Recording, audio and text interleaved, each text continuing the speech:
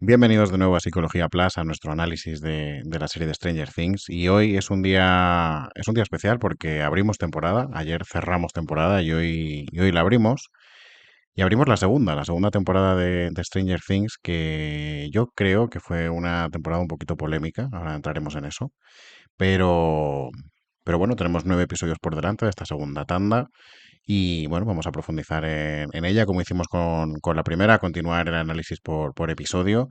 Hoy toca hablar del episodio número uno, el titulado Mad Max. Y antes de entrar en él, sí quiero preguntarte, bueno, antes de entrar en nada, voy a presentarte, Dani, que como siempre está conmigo Dani, el director de Los Supervivientes del Indianápolis. ¿Cómo estás? ¿Qué tal, Alejandro? Día especial porque no hace tanto calor que me viene a contar, ¿eh? Hay que celebrar lo que hay que celebrar. No esto. Esto Eso, cuando se estrenó hacía frío. eso es motivo de celebración, eso es motivo de celebración, sí, Sí. sí, total. Bueno, no, antes de entrar en el episodio propiamente dicho, quiero preguntarte por la temporada, por lo que recuerdas de cuando se estrenó o cuando la viste. Y esto que te decía, de ser una temporada un poco polémica, porque veníamos de estar muy arriba con la primera y la segunda tenía un gran desafío por delante. Así que bueno, ¿cómo lo viviste todo esto? Pues probablemente la segunda temporada sea de la que yo arrastro una sensación, y quiero subrayarlo de sensación, un poco más agridulce, porque no la recuerdo del todo, como no recuerdo del todo todas, incluida la que ya hemos dejado atrás.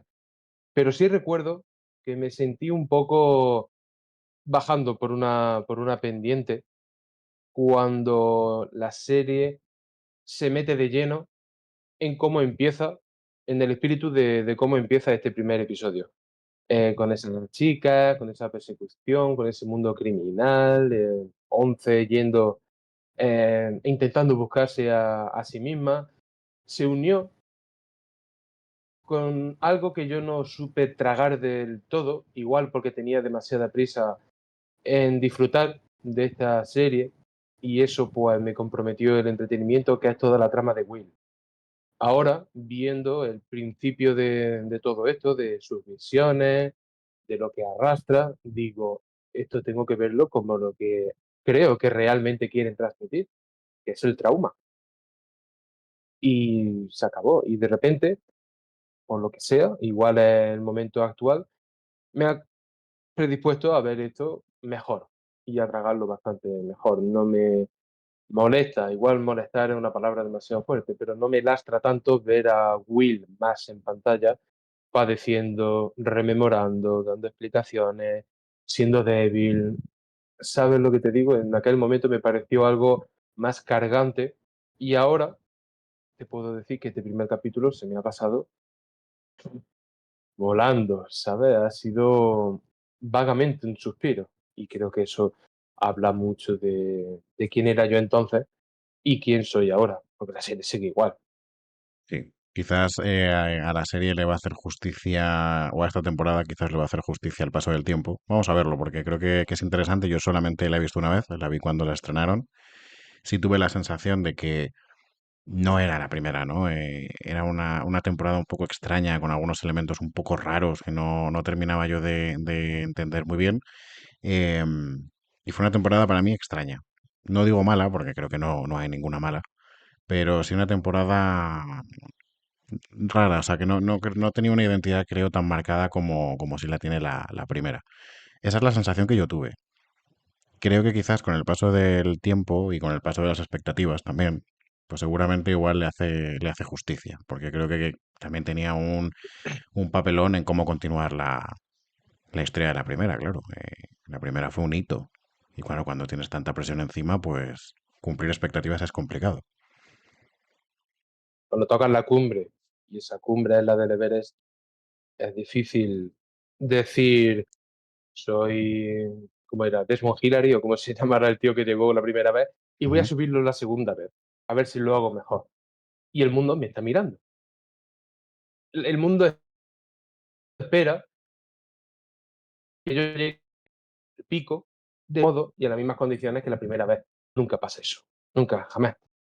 Pero bueno, ya está. No se puede someter algo a un nivel de expectativa tan alto que sea inasumible. Pasaríamos a ser injustos. ¿no? Yo ayer salió una foto de rodaje de la serie esta de Harry Potter que están haciendo de HBO y era Hagrid con Harry por las calles de Londres. Yo pensando, digo, mi recuerdo de lo que ya conozco y de lo que está aquí, y me señalo los ojos, no la cabeza, los ojos, ¿influirá en que yo pueda ser injusto con esta serie y que dé una oportunidad a media o coja? No quiero que pase con esta segunda temporada en concreto. He empezado con buen pie, también te lo digo, ¿eh? Creo que yo estaré más dispuesto a levantar la mano en aquello por lo que no la levanté en su momento.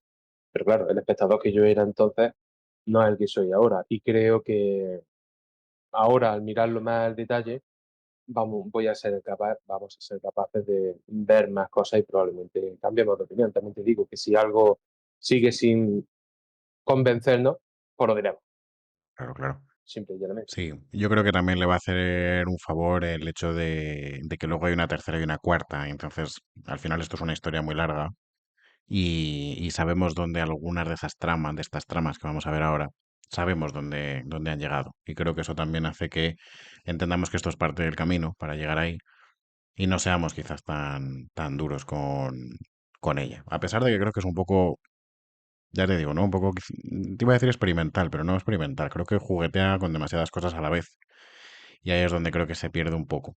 Pero bueno, esto lo iremos viendo también. Bueno, Eso, ¿no? La promesa de esta temporada, recuérdalo, era Halloween. Ya es claro, una sí. cosa que ya mola, ¿no? Y los carteles hacía referencia a esto. Luego tenemos los trajes de los cazafantasmas, que eso va a ser, yo creo, lo más icónico de esta temporada. También tenemos a Sean Astin, te quiero decir que al final cuando echas la vista atrás dices, a ver, que es una temporada que tiene muchas cosas. Lo que pasa que, bueno, pues venimos de donde venimos. Yo creo que también con esta escena inicial lo que pretendían era como hacer que el mundo hiciera así, ¿no? De repente de convertirse en una mira a hacerlo mucho más grande. Y bueno, eso a veces sale mejor y otras veces no sale tan bien. ¿Sabes qué pasa? Como es un pueblo, no solo físicamente, sino espiritualmente, el ejercicio de querer ensancharlo es arriesgado, porque conocemos los límites, tanto físicos como emocionales, y cuando meten personajes, cuando meten tramas que hacen así, pues es como que somos reticentes, al menos al principio. Y las primeras veces que vemos esto, tienen que hacerlo muy, muy, muy, muy bien, sí, perfecto, para que no nos demos cuenta de que algo está pasando. Si no, notamos una pequeña disonancia. Y eso, en la primera vez, cuando estamos totalmente pasivos, dejándonos hacer, no lo admitimos tanto, Sí, creo no, yo. total, total. Bueno, vamos a meternos ya entonces con Mad Max. Vamos a empezar, si quieres, con esa escena inicial, porque creo que es una declaración de intenciones, pero creo que también es una escena rara en cuanto al tono que tenía la serie hasta este momento. Bueno, cuando me has dicho más, te iba a decir, a mí la que me gusta es la 2, tío. Ya, la No, sí, verdad. A mí también. es que una maravilla. Vale, ¿cuál era la pregunta? No, era bueno, empezar a hablar del episodio y empezar a hablar de esta escena, porque ya habías comentado que el episodio se te ha pasado rápido, que te ha gustado, que ha sido un buen inicio de temporada. Y bueno, pues empezar con esta escena que yo creo que es una declaración de intenciones en cierto modo, pero que creo que es una escena que se sale un poco de lo que estábamos viendo hasta este momento. Casi parece una película de, no sé, una mezcla entre una película de superhéroes y una película de acción y de robos. Y bueno, pues vamos a empezar por aquí, si te parece. Yo ojalá pudiera recordar una serie o película que empezó así, tío, haciendo una prospección o enseñándote algo que te van a presentar o desarrollar en el futuro. Puede descolocar, ¿no? Puede descolocar un poco, ver que algo que sucedía en un pueblo de repente ha pasado a una ciudad y parece directamente otra serie. Directamente, otra serie. No reconocemos ningún personaje, la acción es como mucho más trepidante, probablemente ha costado mucho más que muchísimas cosas de las que hemos visto hasta ahora. Y vemos que una chica tiene poderes, tiene poderes, y eso ya puede chocar, pero a mí se me defiende tan bien el hecho de que sea una ilusión, tío, porque estoy tan dispuesto a creerme que eso ha pasado, lo siento tan real, que para mí eso es más que suficiente. Evidentemente, si te soy sincero, creo, no recuerdo al 100%, pero que la primera vez que lo vi, dije, ¿eh? ¿Y dónde está mi gente? Eso es lo que yo probablemente pensé. Ahora lo veo y yo no sabía que empezaba así, pero ya no me extraña tanto. No me extraña tanto porque ya reconocí a esta chica, pero, joder, me reconocerás que tiene un impacto potente, ¿no? Ver al policía totalmente entregado a la confusión mientras los otros están en el mundo real. Y me parece fantástico. Y creo que está bien rodado. Ya que te No, digo. no, la escena está muy bien. Creo que la escena funciona bien y el poder de esta chica, ¿no? Esta especie de ilusionismo que hace está muy bien también. Yo creo que lo que descoloca, y en cierto modo ya lo vimos en la primera temporada, claro, si 11 es 11, quiere decir que hay otros 10 previos a ella. Entonces entiendo que lo que descoloca es que se incida tan rápido en eso y se da a entender que por lo menos una más está viva de aquello, ¿no? Porque tal y como iba el tema del laboratorio, lo que vimos en la primera temporada, lo esperable era que fueran experimentos fallidos, entre comillas, y que no hubieran salido vivos de allí. Pero, claro, el lanzarte esta información de inicio abre el mundo en el sentido de pensar, bueno, si esta está viva, quizás los otros 9 también lo están. Creo que esta escena tiene más sentido, ya acabo, porque hemos visto más de la serie. Esto es lo que te decía de, sabemos lo que pasa en la tercera y la cuarta, y sabemos más de todo esto, entonces funciona mejor. De inicio creo que es un salto al vacío y un salto de fe absoluto. A mí me funciona mejor ahora que antes, pero bueno, es un salto grande. Yo es que, yo como no tenía conocimiento, ni se me pasó por la cabeza que el hecho de que la niña se llamara 11 suponía que había 10 antes, no, ni pensaba que uno la antecedían ni que la iban a suceder, que estaban ni por arriba ni por debajo. Entiendo que a mucha gente más le pasó, de no reparar en esto. Que la gente, que la gente piense cuál es la experiencia al llegar a este punto de la revelación, teniendo en cuenta lo que tú dices o no teniendo en cuenta lo que tú dices. Y tú y yo somos caras de la misma moneda. En fin, tu experiencia es totalmente distinta. Es como que ya estás predispuesto a que eso pase. Te estás anticipando a la llegada de esos 10 o preguntándote su existencia. Yo no tenía ni puñetera idea. Digo, se llama 11 pues, se llama 11 ya está. ¿Por qué se llamaba V? V, porque estaba en el módulo 5. Ya está, Sí, sí, sí. No, a se ver, está acabó. claro que sí, sí, evidentemente, claro, si te planteas que hay otros 10 la experiencia no es tan sorprendente al final. Cuando no te lo planteas, claro, es como, hostia, entonces hay más gente, ¿no? Parecida a 11 o que han experimentado con ella. Y la experiencia cambia totalmente. Con esto no quiero decir que no me funciona, ¿eh? Que funciona, creo, porque al final, bueno, te van a entender eso, que por lo menos hay una más viva. Pero claro, evidentemente la expectación no es la misma. Hace de menos esta revelación al personaje de 11 y a sus poderes y a cómo percibimos todo lo que hace, porque claro, la primera temporada estaba muy centrada a que la existencia de esta chica, viéndola desde el prisma de los niños, era poco menos que un milagro. En fin, ahora esto puede cambiar. Claro, quizás, no digo contradecir porque en la temporada no se muestra, pero claro, la primera hace tanto hincapié en Brenner y Once que a mí sí me hace pensar que si hace tanto hincapié en ellas porque los demás no funcionaron, ¿no? Si te planteas que hubo más. De repente sí funcionaron. Entonces creo que ahí no es que se contradiga porque no lo he explicado explícitamente, pero yo es una conclusión, por ejemplo, a la que yo llegué como espectador. La serie no me lo ha dicho, pero yo llegué a esa conclusión. La serie podía haberme dicho, no, bueno, Brenner tenía una relación con Once más especial porque le recordaba a alguien. Vale. O sea que en ese sentido no es culpa de la serie. Creo que no es que sea tramposa ahí. Pero claro, al no ser tan específica y tan explícita, pues es rara. Sobre el efecto que haga sobre 11 creo que no. O sea, que a mí me sigue, la introducción de ella me sigue funcionando igual. Lo que pasa es que, claro, con esta escena ya puedo intuir cuáles son las tramas futuras. O por lo menos cuáles son partes de las tramas. Porque puedo intuir que se van a encontrar. Porque si no, ¿para qué te la van a introducir, por otro lado, no? Mm, Bueno, algo cambia.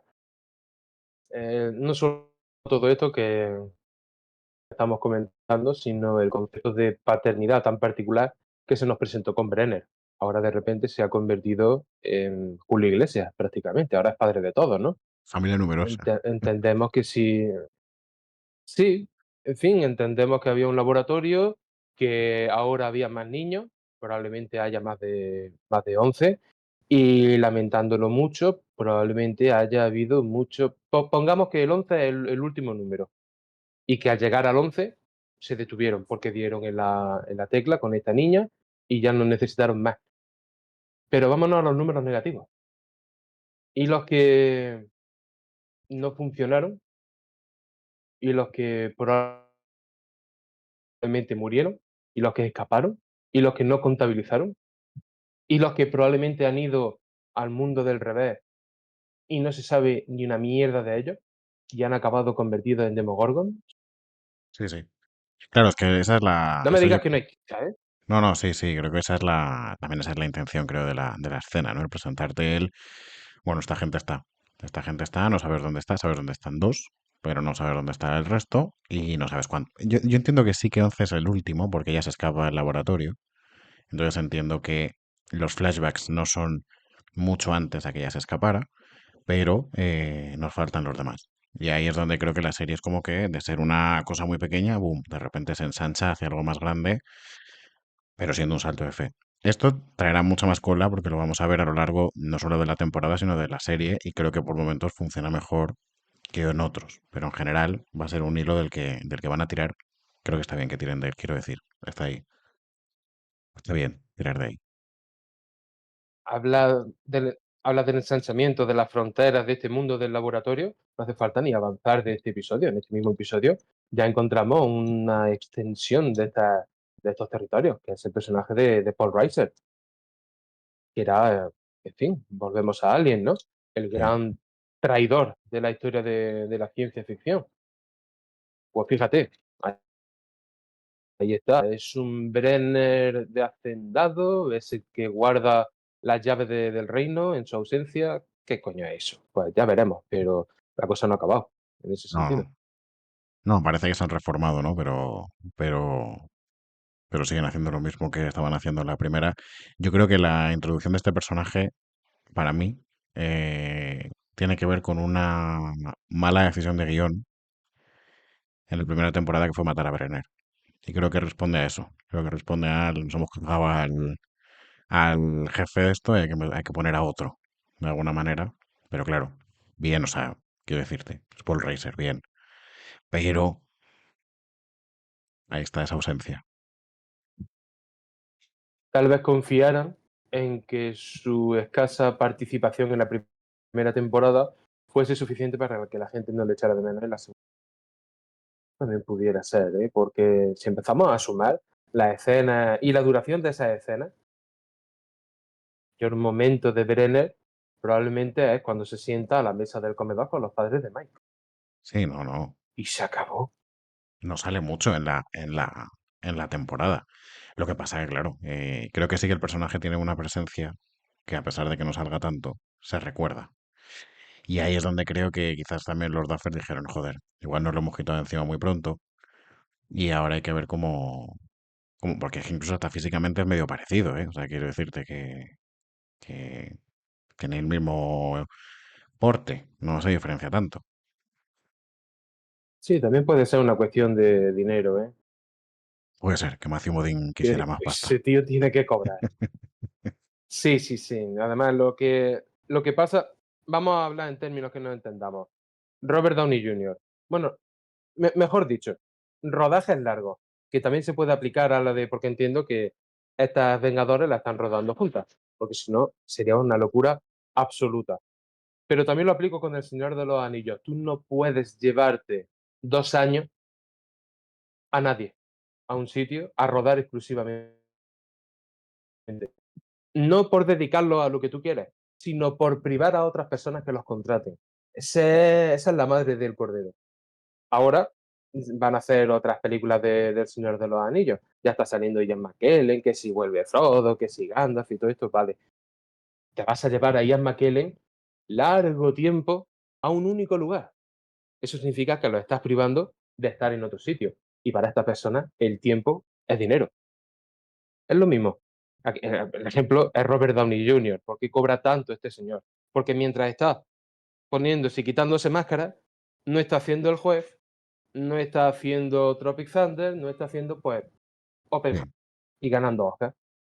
Por eso cobra sí, tanto. sí. Sí, es posible que lo de Matthew Modine se deba también a una cuestión monetaria. Es posible que sí. Pero bueno, vamos a ver cuánto da de sí también este personaje, porque a pesar de que creo que se parece bastante, tiene también alguna cosita diferente, en el sentido de que se muestra, creo que más amigable Es más que... cálido. Sí, se muestra más amigable que Matthew Modine. eh, Parece, ¿no? Como si fuera más, sí, Bueno, más también lo amable. hacían Alien, ¿eh? A ver, quiero decir, es por Razor. ¿Qué esperas? Ya está. Es que hasta traiciona a Miles Teller en Whiplash, tío. Recuerda Whiplash, la Sí, escena de la cena. Está metiéndose con sus primos y diciendo, es que está ahí en segunda división. Y dice, ¿te han llamado ya del Lincoln Center? O de lo que sea. Es como diciendo, ¿te han llamado ya a las ligas mayores? A ti tampoco, cabrón. Y lo pone en ridículo, ¿eh? Traiciona hasta a su hijo, ¿eh? sí, no, no. Pobre cabrón. A este vamos a verle hacer cosas, pero bueno, dentro de todo sí que creo que establecerá, por lo menos hasta ahora las ha establecido ciertas diferencias con Brenner y bueno, vamos a ver un poco hasta dónde lleva toda la trama de este hombre. Y ya que estamos con él, si quieres, pues mira, vamos a empezar por Will y todo esto que vemos de él, porque la escena que le vemos a este hombre es una escena con Will, eh, en la que parece como que le hacen un seguimiento, ¿no? Desde... Y también te digo, ¿quién se presta a que le haga un seguimiento el propio laboratorio que ha creado un agujero en un sótano? Sería lo mismo que contactar a los alienígenas para que te hicieran un reconocimiento rectal, ¿no? Como Normalmente. van a aprovechar la situación para joderte, ya, por donde nunca brilla el sol. Es jodido, es jodido. Lo que pasa es que yo entiendo que, fíjate, es duro decirlo si nos ponemos en los pellejos de esta gente, ¿no? ¿En quién van a confiar? ¿En quién van a confiar por un tema médico que el mundo ordinario no tiene tratamiento, para el cual el mundo ordinario no tiene tratamiento? Los señores de la vagina artificial cienciacionista, pues serán los que tengan la solución. Pero sin embargo, fíjate, a lo que recurren es a un psiquiatra. Es psicología pura, porque ¿qué le está diciendo? Sí, le está haciendo un reconocimiento de constantes, de a ver cómo reacciona, a ver los picos, pero le está haciendo preguntas y está analizando sus respuestas. No le está inyectando jeringas que a saber qué tienen ni experimentos raros. Es ¿cómo decirlo? Es un tratamiento de contención del niño para que revele cosas. ¿Cómo te sientes? ¿Qué has experimentado? ¿Cómo te sentías cuando se acercaba? Quería matar, quería matarte a ti, quería matarnos a todos, o a todos, no recuerdo lo que dice. Sí, a Eso todos, a es todos. interesante. Mm. Sí, no, ¿Qué has no. dicho, perdona? O sea, a todos, dice. Que nos quería matar a A todos. todos. Mm. Eh, me quedo un segundo. Vale. Pongamos que dice a todo.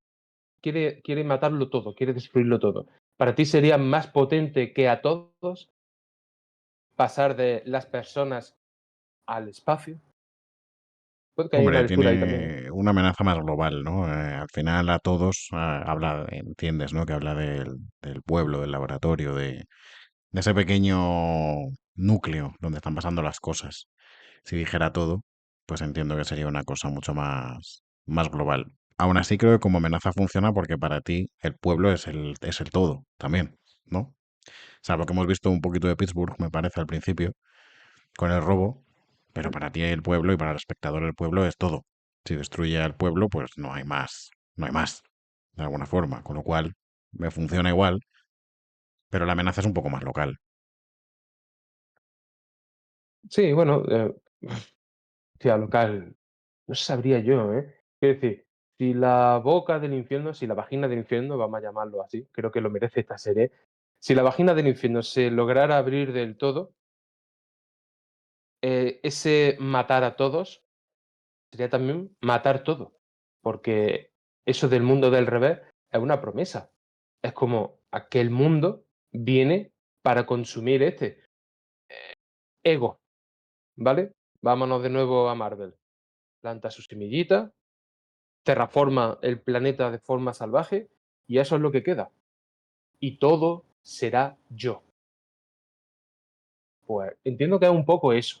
Y que el medio que tiene la entidad, entidades o naturaleza que haya ahí malvada es esto: consumir y transformar a imagen y semejanza. Sí, veremos ahí veremos al Azotamentes. Luego hablamos de él, si quieres, de esa visión del Azotamentes.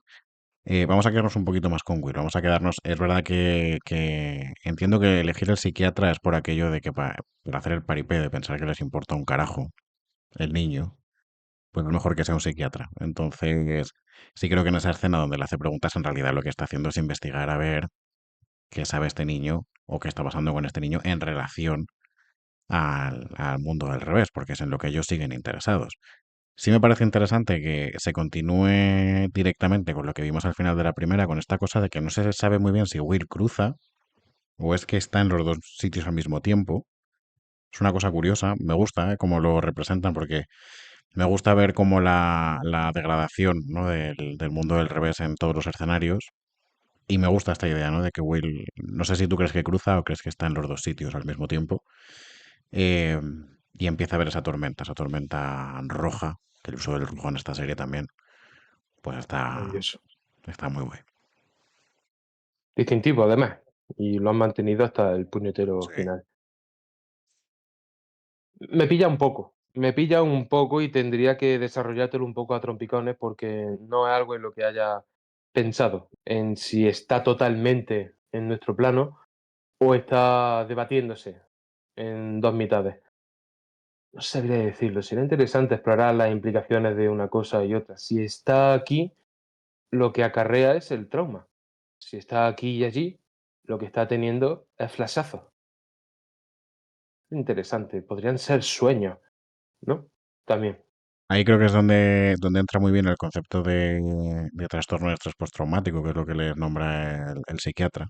¿No? Esto, que bueno, que además es curioso porque no me para mirarlo, ¿eh? Pero dan a entender que es como una etiqueta clínica que están empezando a estudiar. Esto del estrés postraumático, ¿no? Que no se sabe aún muy bien, que sí se saben algunas cosas, pero están en ello. Y creo que funciona la idea del trastorno de estrés postraumático con esto de que Will esté en un sitio y en otro, ¿no? Porque creo que va un poco por lo que tú dices. Si está en el presente, son como flashazos, ¿no? Y eso es propio del trastorno de estrés postraumático. Y si está en los dos sitios a la vez, pues también encajaría, porque al final un trastorno de estrés postraumático es como que no terminas de estar del todo en el presente, ¿no? Sino que te acompañan los flashbacks, los sueños, las pesadillas. Entonces, bueno, creo que encaja bien con una representación de lo que es este trastorno. Sí, ¿no? Además estaría bien representado en ambos casos porque lo que sí está claro es que tanto si ha vuelto o no del todo, ha estado. Vimos en el final de la primera temporada cómo vomitaba esa, esa larva, que es un remanente, es un residuo de su paso por ese mundo del revés. Entendemos que expulsarla a nuestro mundo, escupirla a nuestro mundo, no es lo más... Quiero decir, puede parecerse peligrosamente a Carl Russell plantando la semillita en la tierra para luego Sí. explotar su gran plan, ¿no? Como toda una terraformación. No sé, me parece interesante. Puede que esas larvas sean el kit de la cuestión y no tanto las personas, que sean simples medios o transportes para estas larvas. No lo sé.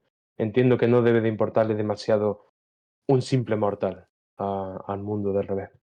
No, no, seguramente no. Y quizás también esas larvas son como una continuación de los efectos, ¿no? Que tiene el mundo del revés en Will, no solamente a nivel físico, que es la propia larva, sino también un poco como a nivel psicológico en él, ¿no? Como que algo de allí se lo trae aquí.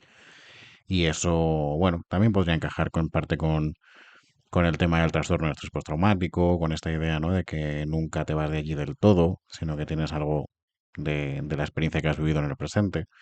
Bueno, está bien, creo que está bien representado. A mí esta parte de Will siempre me encajó. A ti decías que te encajó menos, ¿no? La primera vez. No, no es que me encajara menos, sino que me entretenía menos. Me entretenía menos porque no lograba yo hacer las paces con ver a este niño por los pasillos alicaído, lamentándose y sintiéndose débil. Como que sí, mm, ya me están señalando estos hermanos Duffer que eres el personaje débil en todos los sentidos, pero el espíritu es otra cosa. El espíritu combate. No puedes agachar la cabeza, las orejas, la espalda y hundir la cabeza en el suelo. No lo sé, es una cosa con la que no sé, no encaja. No Yo creo encajaba yo del todo, que no te voy a mentir. quizás también no encaja tanto porque, claro, en la primera temporada apenas le vimos interactuar, apenas le vimos y apenas le vimos interactuar con Pero el grupo. Entonces creo que quizás por eso también desentona verlo, ¿no? Ahora como formando parte del grupo y, y verle más minutos en pantalla, porque es que en la primera no le vimos muy brevemente. todos los personajes han tenido una introducción, han tenido un mínimo desarrollo y ahora este personaje se incorpora el último momento, en la última temporada, tiene más protagonismo en la segunda, pero se está desarrollando cojeando, por así decirlo. Y no sé qué tiene Will, que se lamenta por las esquinas, como decía, que va llorando por las esquinas, como decía esa canción, ¿no? Pues eso es lo que vemos. Sí, sí, Y sí, probablemente el momento más interesante que tenga sea en la cama con Jonathan. sí. Buen momento ese también. Buen momento. Coño. Pero es buen Eh, momento porque está Jonathan o porque está Will, ¿eh? Eso me lo planteo yo también, ¿eh? claro, yo creo que ahí depende. A mí es que Will siempre quizás por deformación profesional, ¿eh? Siempre me fue un personaje con el que enganché rápido. Pero quizás si no enganchas con él tan rápido, o no o esto que dices, ¿no? De que no te entretiene tanto, funciona más por Jonathan, seguramente, la escena. Pero bueno, creo que no lo sé, ¿eh? A mí, en mi caso, ya te digo que yo con Will nunca he tenido como ningún conflicto. Siempre me ha parecido interesante y nunca no sé, o sea, siempre me ha encajado, ¿no? Y de hecho, en estas primeras veces que le veo con el grupo me resulta extraño, pero también entiendo que es porque yo no lo he visto interactuar con el grupo. Y también porque él sabe cosas que no está contando, ¿no? Porque sí que está contando lo de estos cruces que tiene, pero por ejemplo lo de la larva, entendemos que no lo ha contado. Con lo cual, bueno, yo qué sé, como que sí me encaja un poco, ¿no? Esa actitud que tiene, que parece que no cuenta todo, que está como en su mundo, que, ¿sabes? Pero entiendo también lo contrario, claro. Si es que este personaje no lo conocemos, es que este personaje le estamos conociendo ahora con esta parte traumática, no lo estamos conociendo sin esto. Necesariamente tiene que ocultar cosas. Y es importante que nos transmitan que sabemos que lo sabe. Vamos a dejarlo ahí. Porque momento para las revelaciones habrá, momento para las explicaciones habrá. Y no poco, ¿eh? Quiero decir, no es una serie que te deje cosas colgadas porque sí, cosas importantes. Y si te deja alguna, probablemente sea porque sea más valioso lo que tú hagas con esa información que la posible conclusión que puedan tener esta gente. Y entiendo que la quinta temporada hará cosas así. Sí. A ver, recordemos que al final esta serie, en el episodio 5 de la primera temporada, ya daba respuesta a dónde estaba Will. O sea, qué respuestas da y las da, Dándole creo, nombre al sitio, ojito. claro. O sea, que creo que no, que ya habrá tiempo para revelaciones, por supuesto, y seguramente no tarden tanto en llegar, que en esta serie no tardan tanto en llegar las cosas. Pero bueno, creo que es una buena. Yo lo que te decía también cuando hablábamos anoche, ¿no? El que es un episodio un poco de sentar un poco las bases de la temporada, creo que con Will es un poco esa la idea, ¿no? La idea de que te enseñen un poco más el momento en el que está Y ya veremos, ¿no? Lo que le pasa y las respuestas que eso tiene. Pero sí que te señalen, pues que se siente raro, que se siente con la conversación con Jonathan, ¿no? Que se siente eh, que todo el mundo le ve muy incapaz de todo y que bueno, que eso le hace sentirse más raro aún, ¿no? Pues si quieres vamos allá a esa escena, porque ya que estamos hablando de Will, creo que está bien cerrar Will con esa escena. Sí, yo quiero leerte una cosa. Me va a permitir que hable de cosas privadas. Bueno, sin problema. No es un episodio difícil. Bueno, digamos que no. Que no, ya verás. Es un episodio de presentación de temas. Ja, ja, ja, ja, ja. Pues, ¿ahora qué? ¿Ahora qué pasa? Te lo dije. Bueno, yo... Es un episodio de presentación de temas, pero de temas quizás más amplios. No digo que hayas mentido. En ningún momento digo que mientas, pero ya sabes. Ya, La presentación de temas es tan brillante y tan estimulante como el desarrollo de los mismos. Tanto el que hagamos nosotros como el que haga la serie. Pero siempre es edificante y refrescante estar al principio de una nueva temporada. Digámoslo claro, es la primera vez que nos pasa. sí, Con Perdidos estamos ahí, pero todavía no hemos llegado. También es que Perdidos es sí, sí, como casi la totalidad de todo esto, casi. sí, sí, total, totalmente. Bueno, aún me quedan, en realidad no te los he lanzado aún, pero aún me quedan dos temas más que lanzarte, pero ya te los lanzaré, ya te los lanzo más adelante. Pero para que lo sepas, que Perfecto. quedan aún. Yo tengo uno. Yo solo tengo uno, tío, que me lo estoy reservando para cuando llegue el momento. Vale, venga, pues vamos a esa conversación entre Will y Jonathan, que creo que es bonita porque vemos esa complicidad entre ellos dos, ¿no? Que también lo vemos un poco cuando entra Bob. Bob es el personaje de Sean Astin. eh, que me hace gracia porque, o sea, es un tipo que parece muy entrañable, pero por momentos me da la sensación de que es como un poco cuñado y a los niños les parece un poco eso, ¿no? El padrastro pesado. Venga, Hostia, no me vamos a está hablar de... echando un jarro de agua. Me está echando un jarro de agua fría encima, tío, porque yo iba a alegrarme mucho por Sean Astin, tío, porque a mí me recuerda mucho a mí cuando estoy en pareja. Joder, sí. Bueno, pues nada, Sí, retiro. no, además que es que me recuerda un poco, ¿no? Está gordo como las cebollas, tiene un aspecto afable y, a ver, yo no es que sea un cuñado, creo que no, pero sí vivo con cierta fascinación ciertas cosas, igual demasiado, ¿sabes? No, yo me refiero a la parte un poco cuñado con esto de cuando los niños están La hablando, ¿no? De camarita, los... ¿no? Sí, de la camarita. Bueno, más que de eso, del momento en el que los niños están hablando y él entra, no me acuerdo a quién nombran. Nombran a un cantante, creo, ¿no?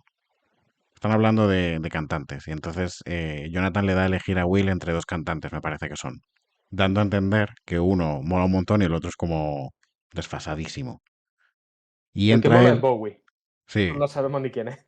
y entra él y dice como, joder, estás hablando de no sé quién, que es el que está desfasado. Buah, es que ese es el mejor, no sé qué. Entonces se produce un momento de complicidad entre ellos, como de este no sabe nada. Lo decía más por eso, ¿eh? No tanto por la parte entrañable que tiene el personaje, que creo que la tiene, ¿no? Esa parte de la fascinación, del cuidado, de la preocupación, todo eso creo que está muy bien, ¿eh? Lo decía más por estos momentos así un poco como hacerse el guay, ¿sabes? Sí, y que no le salga, ¿no? Es Claro, como los niños les gusta que los adultos hagan patochadas, que les salgan mal las cosas, que estén desfasados. Aquí se cumple, ¿no? sí, Es sí, sí. como, y este hombre solo podrá entenderse con mi madre, porque es una cuestión de edad. ¿Se acabó? Bueno, y para ello seguramente de rareza, ¿no? De pensar, bueno, mi madre es tan rara como este señor. O este señor es tan raro como Claro. mi madre. Puede ser, Pero qué puede. bien le ha venido tu madre. Sí, no, no, desde luego. Aquí bueno, no sé si quieres comentar algo de la escena entre Will y Jonathan, porque si no ahí saltamos directamente a Joyce. Hombre, tiene cosas, que como poco tiene una que tiene mucha profundidad, que al final del día, el mejor amigo de ese niño, lo diga o no, es su hermano. Y para su hermano es exactamente lo mismo. Y entendemos que no tiene ningún motivo para mentir cuando le dice: "Es que tú eres mi mejor amigo". Y le dice cosas, muy serias, y dice: "¿No tienes amigos?", o algo así le dice, dice: "Es que tú eres mi mejor amigo". Y sabemos que es verdad. De alguna forma es verdad, lo siente de verdad. Y ver cómo a Will le pasa exactamente lo mismo, porque cuando no puede confiar en nadie del todo, lo máximo que se puede acercar a eso es con su hermano, aunque sea hablando de otras cosas, pero se sincera en algunos aspectos. Para mí eso es suficiente. La importancia de sincerarse, ¿eh? Cuando sientes No. que no puedes hacerlo con nadie.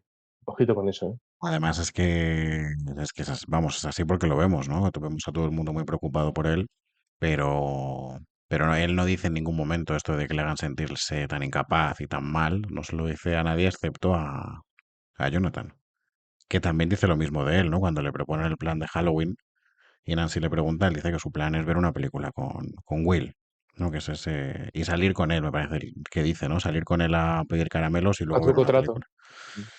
Creo que son el mejor amigo del otro, probablemente, los dos. Pero sí que me gusta de esta relación que quizás es la más sincera que tiene Will, ¿no? A pesar de que con quien más tiempo pasa es con la pandilla.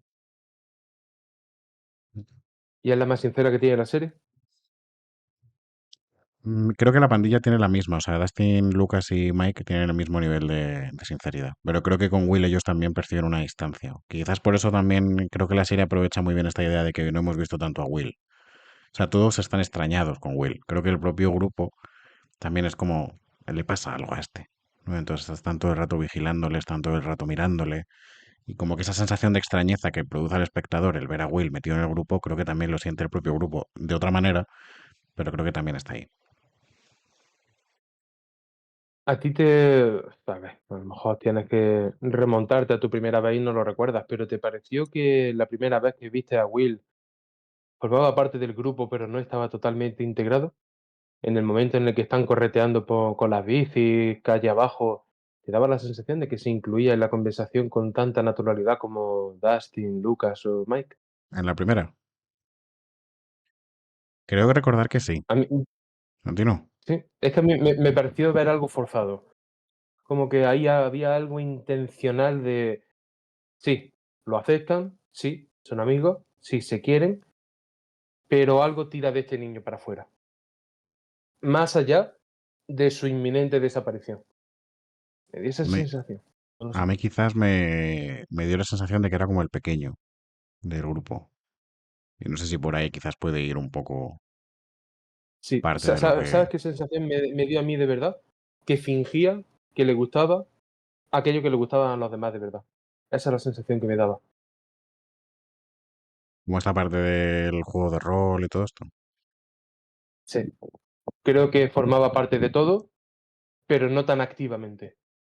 Mm. Creo que donde él ponía su corazón era en actividades solitarias, por eso se hace una cabaña, por eso se dedica al dibujo. Puede ser, puede ser. Mi sensación, ojalá el tiempo y la serie, o tú, me digáis lo contrario, porque ojalá sea lo Bueno, contrario.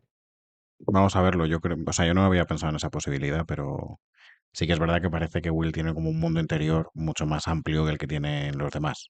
Pero también es que como esa sensación de que hay una diferencia de edad, no sé si puede influir, porque los demás, de hecho es que los vemos cuando, cuando aparece el personaje de Sadie Sink, ¿no? El entusiasmo de los tres por esa belleza deslumbrante que tiene. Y parece, ¿no? Como que Will está más como muy retirado.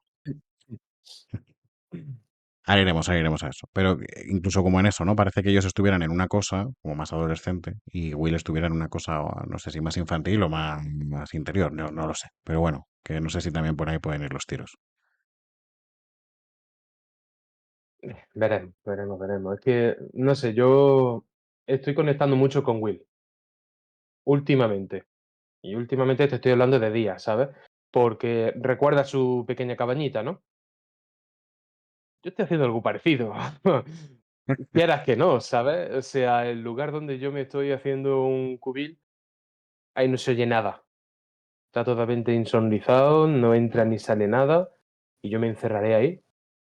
Y lo único que el ruido que hará será el que yo produzca, ¿eh? Yo entiendo que Will quiere sentirse así cuando se mete en su cabaña, con sus cosas, con sus tonterías, con sus cachivaches. Y eso es una cosa que merece muchísimo respeto, creo yo. Tengas la edad que tengas, ¿no? Todos Sí. necesitamos un lugar pequeñito en el que sentirnos a gusto. Hay personas que no. Y Ujú. esto el COVID y el confinamiento lo deja totalmente meridiano, ¿eh? Gente que no puede estar ni en su propia casa, pero hay algunos que los celebramos. No, sí, sí. Creo que por ahí también mucha gente se siente conectada con Will porque es quien más representa, ¿no? Creo esta idea de hacer cosas en solitario y disfrutarlas en solitario, ¿no? No hacerlas solo porque no.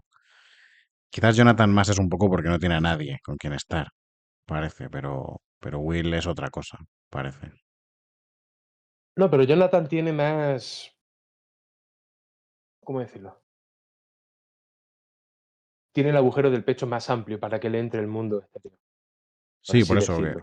que Jonathan es como que no pudiera, no, o sea, estuviera solo porque no tiene a nadie con quien estar, pero él quisiera estar con alguien. Y con Will quizás es más también como que disfruta de ese mundo interior más que Jonathan, ¿no? Algo así. Mm. Bueno, Jonathan, lo diremos, conoció a alguien, bueno, conoció, dio grandes pasos con alguien en la anterior temporada y, en fin, ya está. Yo no quiero decir nada, pero eso, si deja huella, es porque volverán a pesar por ahí. Está clarísimo. Sí.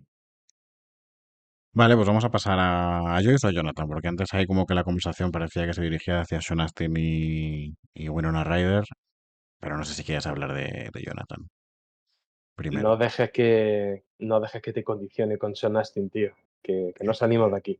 Hablemos de Sean Astin. Eh, Entonces. eh, bueno, hablemos de primeras impresiones, ¿no? Ese momento en el que entra como un cliente cualquiera y dice, Sean Astin, ¿qué coño? ¿Entrará para irse? ¿Será un cameo flash? Y dice, no, no, no, no, no. Y empieza a comerse a besos como si fuera como si fuera un carne de Kobe, tío. Y digo yo, pero qué cojones, ¿eh? ¿Estaba esto dentro de ti, Sam? A Frodo no te lo comías así a besos, ¿eh? Pero bueno, yo me debato entre dos cosas. Entre si Sean Astin es un gran actor o si nos cae tan bien porque tiene ese aspecto. Complicado. Es Me complicado. parece, me parece una pregunta a cuestionar, ¿eh? Sí. No de llevarla a Twitter, pero al menos aquí vamos a intentar contestarla, ¿eh? A ver, yo donde he visto a este hombre, además de aquí, lo he visto en 24, que aparece en una temporada, aparece varios episodios, con un papel bastante diferente. Creo que es buen actor. Creo que es buen actor porque es capaz de hacer en 24, si no recuerdo mal, tiene un personaje bastante desagradable. Y, y bueno, pues funciona. Pero es que aquí, claro, todos hemos visto El Señor de los Anillos.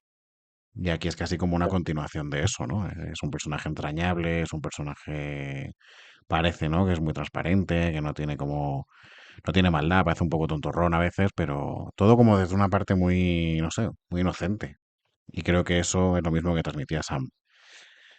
Creo que es mejor actor, ¿eh? De lo que podamos pensar, además de que nos caiga bien, porque yo ya te digo que en 24 sé que tiene un papel diferente, pero creo que evidentemente cada vez que le ves piensas en Sam. Yo en 24 cuando le vi también pensé en Sam, lo que pasa que bueno, luego va por otros lados, pero aquí creo que continúa un poco esa idea.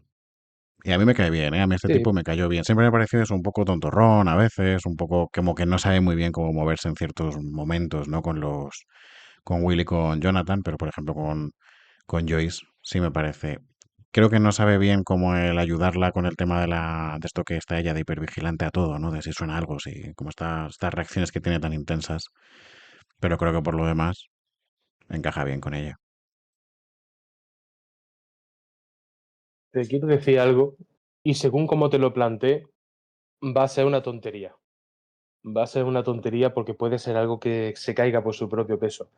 Pero creo que hay una importancia alta y que lo cambia todo en que esté encarnado por un actor gordo o un actor delgado. E intento explicarme. En la posición en la que está el personaje de Sean Astin, meramente desde la escritura, es para transmitir todo lo que dice. Ingenuidad, que no encaja, que tiene que luchar por ganarse a esos niños, que a la que se ha ganado es a la madre y que es apertura. pura apertura. Esto en un señor gordo con facciones más escondidas se transmite mejor ese espíritu.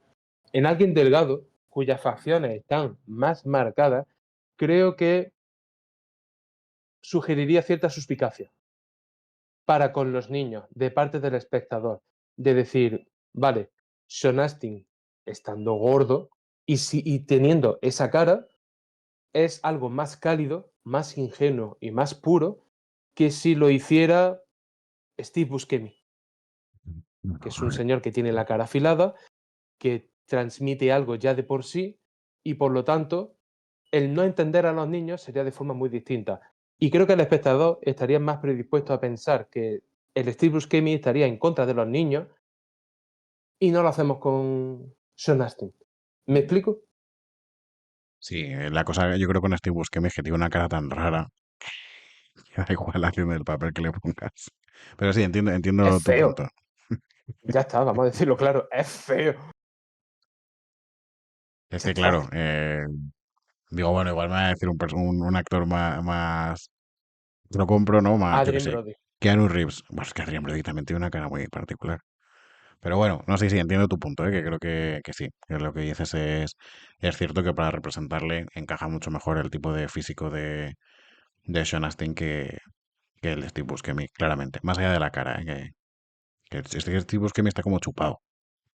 Como un tío, gran actor, ¿eh? Boardwalk Empire es un Sin serión. embargo, a esto hay una excepción, porque es una cosa que tienen más complicado los actores extremadamente delgados. Y es que tienen que tener una cara muy particular, no, pero para bien, como el padre de Mike. No es que esté Bueno, extremadamente delgado, pero tiene una cara muy particular que con gafas cambia por completo. Porque si tú ves a ese señor en fotos de premiers de esta serie, es una persona normal y tiene una cara normal de estoy aquí, pasándolo bien y se acabó. Pero no constantemente parezco un pardillo, porque las gafas me están haciendo el efecto Clark Kent. ¿Sabes lo que te digo? sí. Hay algo, ¿eh? Hay algo en la caracterización y en lo que las personas son. Sí, no, no, está claro que yo estoy de acuerdo contigo en que para el tipo de personaje que se plantea, un personaje como, y ya no solo por el físico, sino por la cara que tiene, que es una cara, a todo el mundo le cae bien Sean Astin, joder, Por supuesto. todos somos de Team Sam siempre, entonces creo que ya eso hace que te caiga bien, porque tiene una cara muy amable también, tiene una cara muy, no sé, incita a hablar con él. Voy a ponerme un poco personal, ¿vale? Yo pensaba que al hablar de Sean Astin, pues iba a ser una celebración de, el Señor del Anillo, los Goonies, tal y tal. No, pero yo lo veo y si le doy una vuelta, pienso, y ahora me refiero a quien esté escuchando esto o viéndolo, en si no es el tipo de pareja que querría ser si se viera en posición de reunirse, salir con una madre soltera. ¿No es esa el tipo de relación que querrías tener con su hijo? Vamos, Sí, yo sí. lo veo e intento verme reflejado. De decir, si me veo en esa situación, querría tener las intenciones tan limpias como las tiene Sonasti. Es una cosa simple, pero no deja de ser bonita, ¿eh? Y está ahí. Sí, sí, sí, está ahí, ¿no? Y está claro. Y yo creo que también es la idea, ¿no? De presentarte de traer un personaje así a la serie. Que solo podía ser o Sean Astin o alguien con una cara parecida. No podía haber sido Steve Buscemi por razones obvias. Tampoco Pero podía sí, haber este sido. Buscemi dado la vuelta, enseñándote la nuca, a lo mejor cuela. No, pero por ejemplo, no hubiera podido ser Elijah Wood, por ejemplo, ¿no? Que es un tipo que también, yo qué sé, te lo digo Elijah Wood por hablar de Señor de los Anillos, pero tampoco ni Merry ni Pippin, que no recuerdo ahora los nombres de ellos, de los actores. Pero es que ninguno tiene esa. Yo creo que es que Sam está en una lección de casting tan perfecta que. ¿Qué te voy a No decir? son tontos. Esta gente no son tontos, ni mucho menos. Yo no sé lo que habrán hecho con Linda Hamilton, pero, Hombre, en ya, fin, ya. No, pero no si vamos metes. a ser imbéciles. No, no. Entiendo que no. Entiendo que Linda Hamilton. Pues será algo parecido a Sarah Connor, ¿no? Es que tiene que serlo. Darle una puta escopeta a esa señora ya. Sí, sí, total, total. Bueno, vamos a hablar, ya que estamos hablando de ellos, vamos a hablar de, vamos a retomar el tema de las paternidades, porque con Bob vamos a tener otro tipo de paternidad también, que creo que es interesante, ¿no? Ese padrastro que intenta caer bien, que intenta estar presente, un poco torpón, quizás en ciertos momentos. Sabes que lo hace con buena intención, pero es un poco así torpecillo. Pero también ejerce o intenta ejercer, en cierto modo, una paternidad. Y ya que hablamos de eso, pues traemos también, creo, la de Joyce, la maternidad de Joyce y la paternidad de Hopper. Que yo creo que en esta temporada continúan con ese tema, pero creo que desde el están viendo cómo hacer. No están viendo cómo reaprender a ser padres otra vez. Hombre, aquí hay un momento clave, pero de los más claves del episodio, que yo siendo egoísta y un poco capullo, me alegro que no hayas mencionado, porque me llevaré muy a gloria decirlo yo por primera vez, que Paul Reiser le dice mamá, papá, Sí, refiriéndose a Hopper como papá. Eso no tiene precio, tío. A nivel de escritura, puramente de escritura de guión, no tiene precio. Porque dice, ¿cómo se ha incrustado el personaje de Hopper en la vida de estas personas hasta el punto de que una mirada de un tercero lo identifica como el padre? Porque es el padre. En esencia, en la tesitura en la que nos pone la serie, ese título se gana por la persona que más te cuida. Te cuida y te salva de los peligros. Y aquí los peligros son grandes. El que lo haga, ese se llevará toda la gloria y se encumbrará. Y ese es Hopper. Por eso es verosímil que sea el padre. sí, No por una simple suposición de si vienen dos adultos, uno es hombre y otro mujer, pues tiene que ser el padre y la madre. No necesariamente, pero es una cuestión de intuición. Y en ese momento, Paul Reiser es todos nosotros, todos los espectadores. bueno, yo creo Me que parece ahí mágico ese momento, ¿eh? sí, sí, lo es, lo es. Sobre todo porque creo que todos entendemos que esa es un poco la dinámica, ¿no? En la temporada anterior es un poco lo que se proponía, con esta cosa también de encontrar a Will. También tenía que ver con salvar simbólicamente, ¿no? Esa parte de él que le había arrancado como la muerte de su hija. Pero para Will es esa figura de protección. Y de hecho lo es hasta el punto un poco que le dice a Joyce también, como si pasa algo, llámame a mí antes, ¿no? Antes de, de venir con estos cabrones. Que él ya intuye que hay algo raro, pero, pero bueno, que creo que esa figura simbólica está ahí claramente. Porque también hablan con ella, de, no, bueno, sí, el trastorno de estrés postraumático tiene sentido, tiene...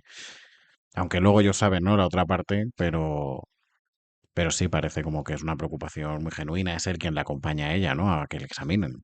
Pues no es Bob. Bueno, también no es Bob, yo creo, porque Bob no sabe nada de todo esto. No sabe nada. Fíjate que yo lo interpreté como cuando le dice, you call me first. Es como, no a los científicos, es como, no llames a Bob, me llamas a mí. Es como que yo estoy en posición de saber qué hacer con esto antes que Bob. Es como tener un amante, ¿no? Sí. Es como Bueno, de si hecho, estás casada, ¿vale? Que era tu marido, pero yo te puedo satisfacer en estas cosas. Pues esto es exactamente lo mismo. de hecho, Hopper le habla de Bob, le dice Bob el empollón, creo algo así, ¿no? Que eran todos compañeros del instituto y Bob era como el empollón. Algo de eso hay. Un Sí, pequeño triángulo. la gente es muy mala, la gente es muy mala. No, no, sí. Sí que hay algo ahí como de eso, ¿no? De un triángulo parece incipiente. Bueno, no incipiente. Ya está ahí. Un triángulo entre ellos tres. Ya, ¿le vendría bien un triángulo a esta serie más allá del que ya existe? No. Los triángulos generalmente nunca vienen bien a nada. Pero bueno, salvo las Ya, series románticas. Pero bueno, creo que está ya ahí, ¿no? Un perdida. poco. Bueno, el perdidos a veces sí, a veces no. Pero. Ya, No, pero bueno, sí creo que se deja ahí un poco entrever, ¿no? Que al final siguen teniendo esa relación especial también por lo que han vivido. Pero bueno, que hay un poco ese pique, ¿no? que te gusta Bob el empollón. Que en algún momento, claro, ¿quién hubiera pensado que Bob hubiera sido empollón, no? Parece más como un fricazo absoluto. Bueno, quizás entraría así dentro de esa Parece categoría. un informático, ¿no? Sí, sí, sí. Bueno, quizás sí entraría, no lo sé. Bueno, se dedica a eso, ¿no? ¿No dice a lo que se dedica cuando entra en la tienda? No recuerdo, pero Algo de sí, electrónica o algo así. sí, sí, sí, sí, sí, sí, sí, sí. Bueno, pues ahí está. Ahí lo tenemos, ¿eh? Ahí está, ahí está. También quería eso, que habláramos como de esa parte de la maternidad de Joyce, también como desde la hipervigilancia con Will, ¿no? Como es la sobreprotección, que vemos como que en la primera temporada es como que no hubiera podido estar atenta con él y ahora se ha pasado como al otro polo, ¿no? Como al polo de infantilizarle, que es lo que sale también en la conversación con Jonathan. Y en el caso de Hopper, bueno, pues está no solamente con Will, porque Hopper ejerce la paternidad con Will, ejerce la paternidad con una aparecida 11 de la nada, que ya hablaremos de eso, pero también la ejerce, ¿no? Desde las reglas, desde el control, desde la rigidez. Bueno, creo que si la temporada anterior hablaba de la paternidad, en cómo la habían ejercido en el pasado, creo que esta es como, vale, ahora cómo van a aprender a ejercerla en el presente con lo que ha pasado. Año 2004, Pixar estrena Buscando a Nemo, pasa un tiempo y de repente los padres y las madres se dan cuenta de que tienen que acompañar a su hijo al colegio, de que están muy vigilantes de ellos, y los que se dedican a investigar todas estas cosas lo llaman el síndrome de Buscando a Nemo. Y es que la película creó una neurosis tan grande en los padres por la seguridad de su hijo que la vigilancia se le iba de las manos. Como que mi hijo nunca estará a salvo si no es bajo mi vigilancia constante. ¿Eso es bueno? ¿Eso es malo? En lo de Buscando a Nemo, probablemente no, aunque sea muy respetable esa sensación.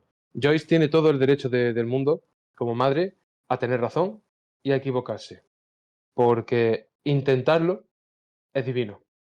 Querer que su hijo esté a salvo, sobre todo cuando su seguridad ya ha sido vulnerada y puesta en entredicho para el resto de su vida. Está en una posición extremadamente vulnerable y sabe dentro de su corazón que no se salvará por medios convencionales. Creo que eso es una cosa que se transmite y que se transmite principalmente al espectador y no necesariamente a través de Joyce, pero sí la atraviesa como personaje. De estoy intentando buscar un remedio para mi hijo que sé que no está en este mundo. Ella no sabe que tienen que matar a seres preternaturales ni a su puñetera madre.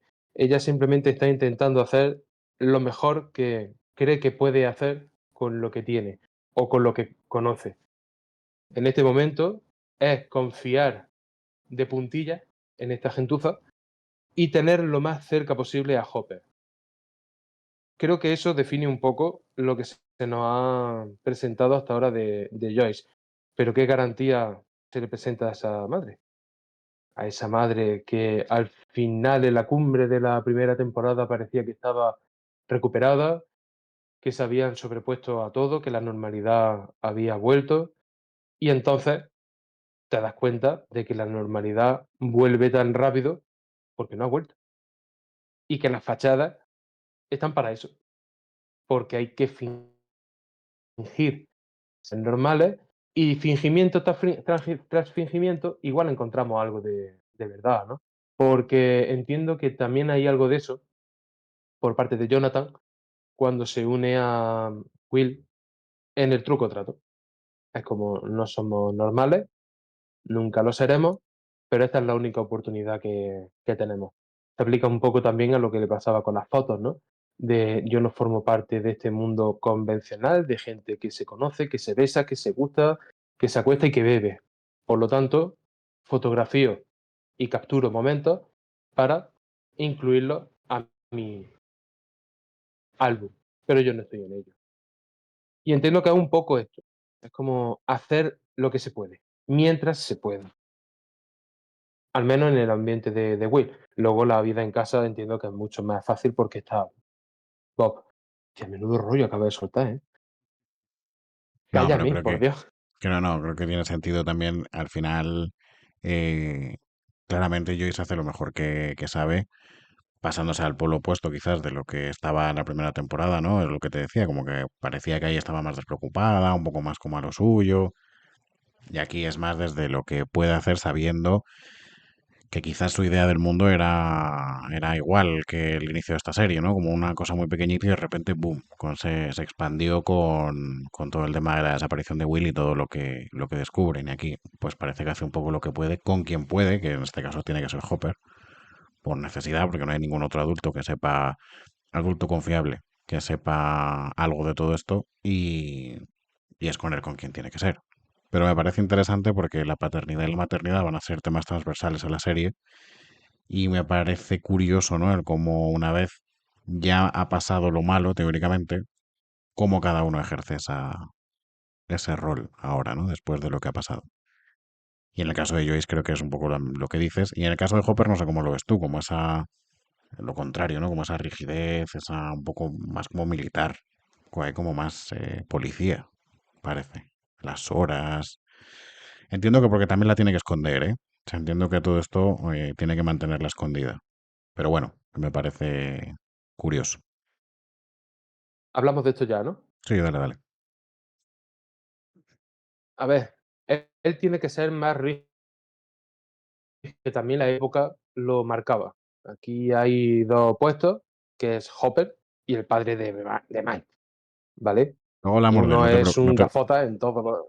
luego hablamos de él. No, no, sí, yo estoy tranquilo, pero me sirve. Me sirve porque vemos a un hombre en un extremo que las deja pasar todas, de decir, tu amigo se tiraran por un barranco, ¿tú también lo harías? Es como, te has incorporado muy tarde a la conversación y una frase de mierda medio te ha salvado, pero no tienes que luchar por nada en esta conversación, ni por tu hijo, ni en esta situación. Sin embargo, Hopper se la juega. Hopper hace cosas que pueden ser reprobables, pero caiga quien caiga para mantener a salvo a la niña. Quiero decir, ha tenido la suerte de encontrarla. Y probablemente esto es de suerte en el sentido más intrínseco de la expresión. ¿Por qué se la ha encontrado él? Saber, no recuerdo, te lo confieso, no Yo recuerdo tampoco. Yo tampoco. cómo acaba ella Lo allí. último Probablemente, que es, no te iba a decir que lo último que sabíamos era que le dejaba los egos y todo aquello en el buzón aquel del final de la primera temporada.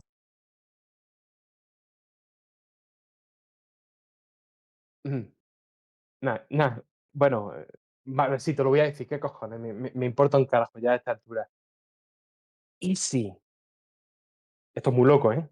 Lo más loco que he dicho desde que empezamos es esto. ¿Y si después de volatilizarse acabó? Ojito, ¿eh? Ojito a esto, me estoy emocionando.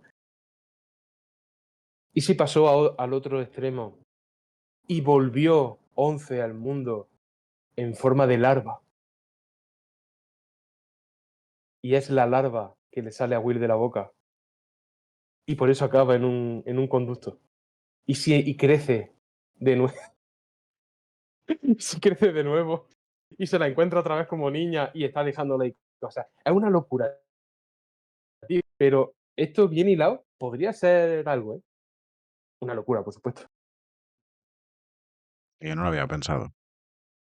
En cierto modo tiene que haber un renacer, ¿no? Después de volatilizarse con el Demogorgon tiene que haber una vuelta de alguna forma. No recuerdo si lo explicaban o no, supongo que sí.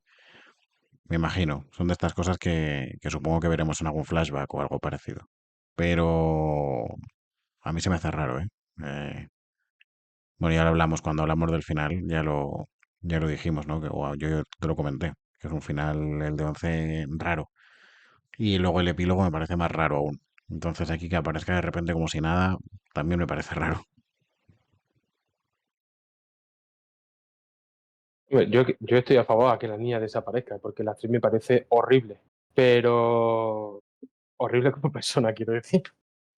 Pero no sé, que vuelva ya de esta forma es como teletransport y Mm. se acabó. Como lo hizo Bueno, un mago, ¿no?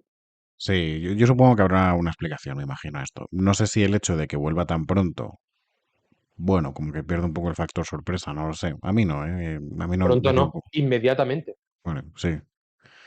No sé si a ti te resultó raro. A mí me resulta rara toda la trama, entonces no es que algo particularmente me resulte más raro que lo otro. Todo el tema del tratamiento de Once al final de la primera y al inicio de esta me resulta extraño, con lo cual, bueno, puestos a ser raros, creo que también cuanto antes lo quiten de en medio mejor. Sí, bueno, no lo hemos dicho. Un año después. Un año Pasaron después de un todo lo año, que pasó. sí. Sí. Ah, bueno, claro que es verdad ¿Qué que quiero decir? coincide. Sí, sí. Con cuando Mm, se lo dice por telita, Racer, ¿no? claro.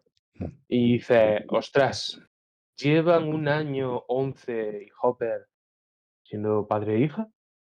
Por eso esa naturalidad. El hecho de no tenerlo presente a lo mejor es lo que hace que los espectadores lo sientan como una disonancia, ¿no? ¿Y qué coño hacen estos dos juntos? Si apenas se dirigieron la palabra en la anterior temporada. Sí, le dejaba comida, pero ¿qué conexión tienen de verdad? En fin, se explicará a través del desarrollo, Sí. no con una explicación que diga, y esto es lo que pasó. Bueno, de los adultos hay algo más que quieras decir, que yo creo que hemos repasado bien un poco a los tres. No sé si hay algo que se te quede pendiente de Hopper o de Joyce o de Bob, No, ¿no? no, lo más importante, y creo que lo hemos dicho todo, ¿no? Sí, creo que sí. Vale, sí, yo sí, tengo un par de cosillas. Se nos ha olvidado hablar de un personaje relacionado con Hopper, que es Hombre, el Murray, loco este de las barbas, Murray. En fantástico. fin, un personaje pintoresco, importante, personaje importante, ¿eh? Donde lo haya. Mm. Y viene como un teórico de la conspiración, alienígenas, tal y tal y tal, pero viene metiendo el dedo en la puñetera llaga. En fin, Hopper sabe que viene a hacer daño. Y me gusta mucho una escena, que esto es simplemente un detalle, en la que Hopper entra con el cigarro y la ayudante le cambia el cigarro Sí. por una manzana. Por Y una manzana, me ha parecido más importante de lo que parece. Es como, a lo mejor es tan simple como ese gesto. Igual es Igual el cambiar el snack por la manzana o la pera o la mandarina es igual de sencillo que ese gesto de intercambio de una cosa por la otra.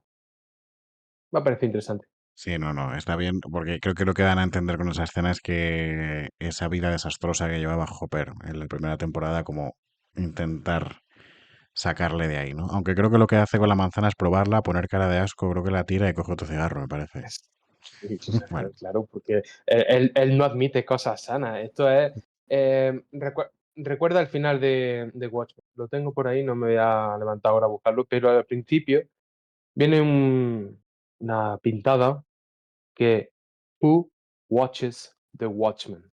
¿Quién vigila a los vigilantes?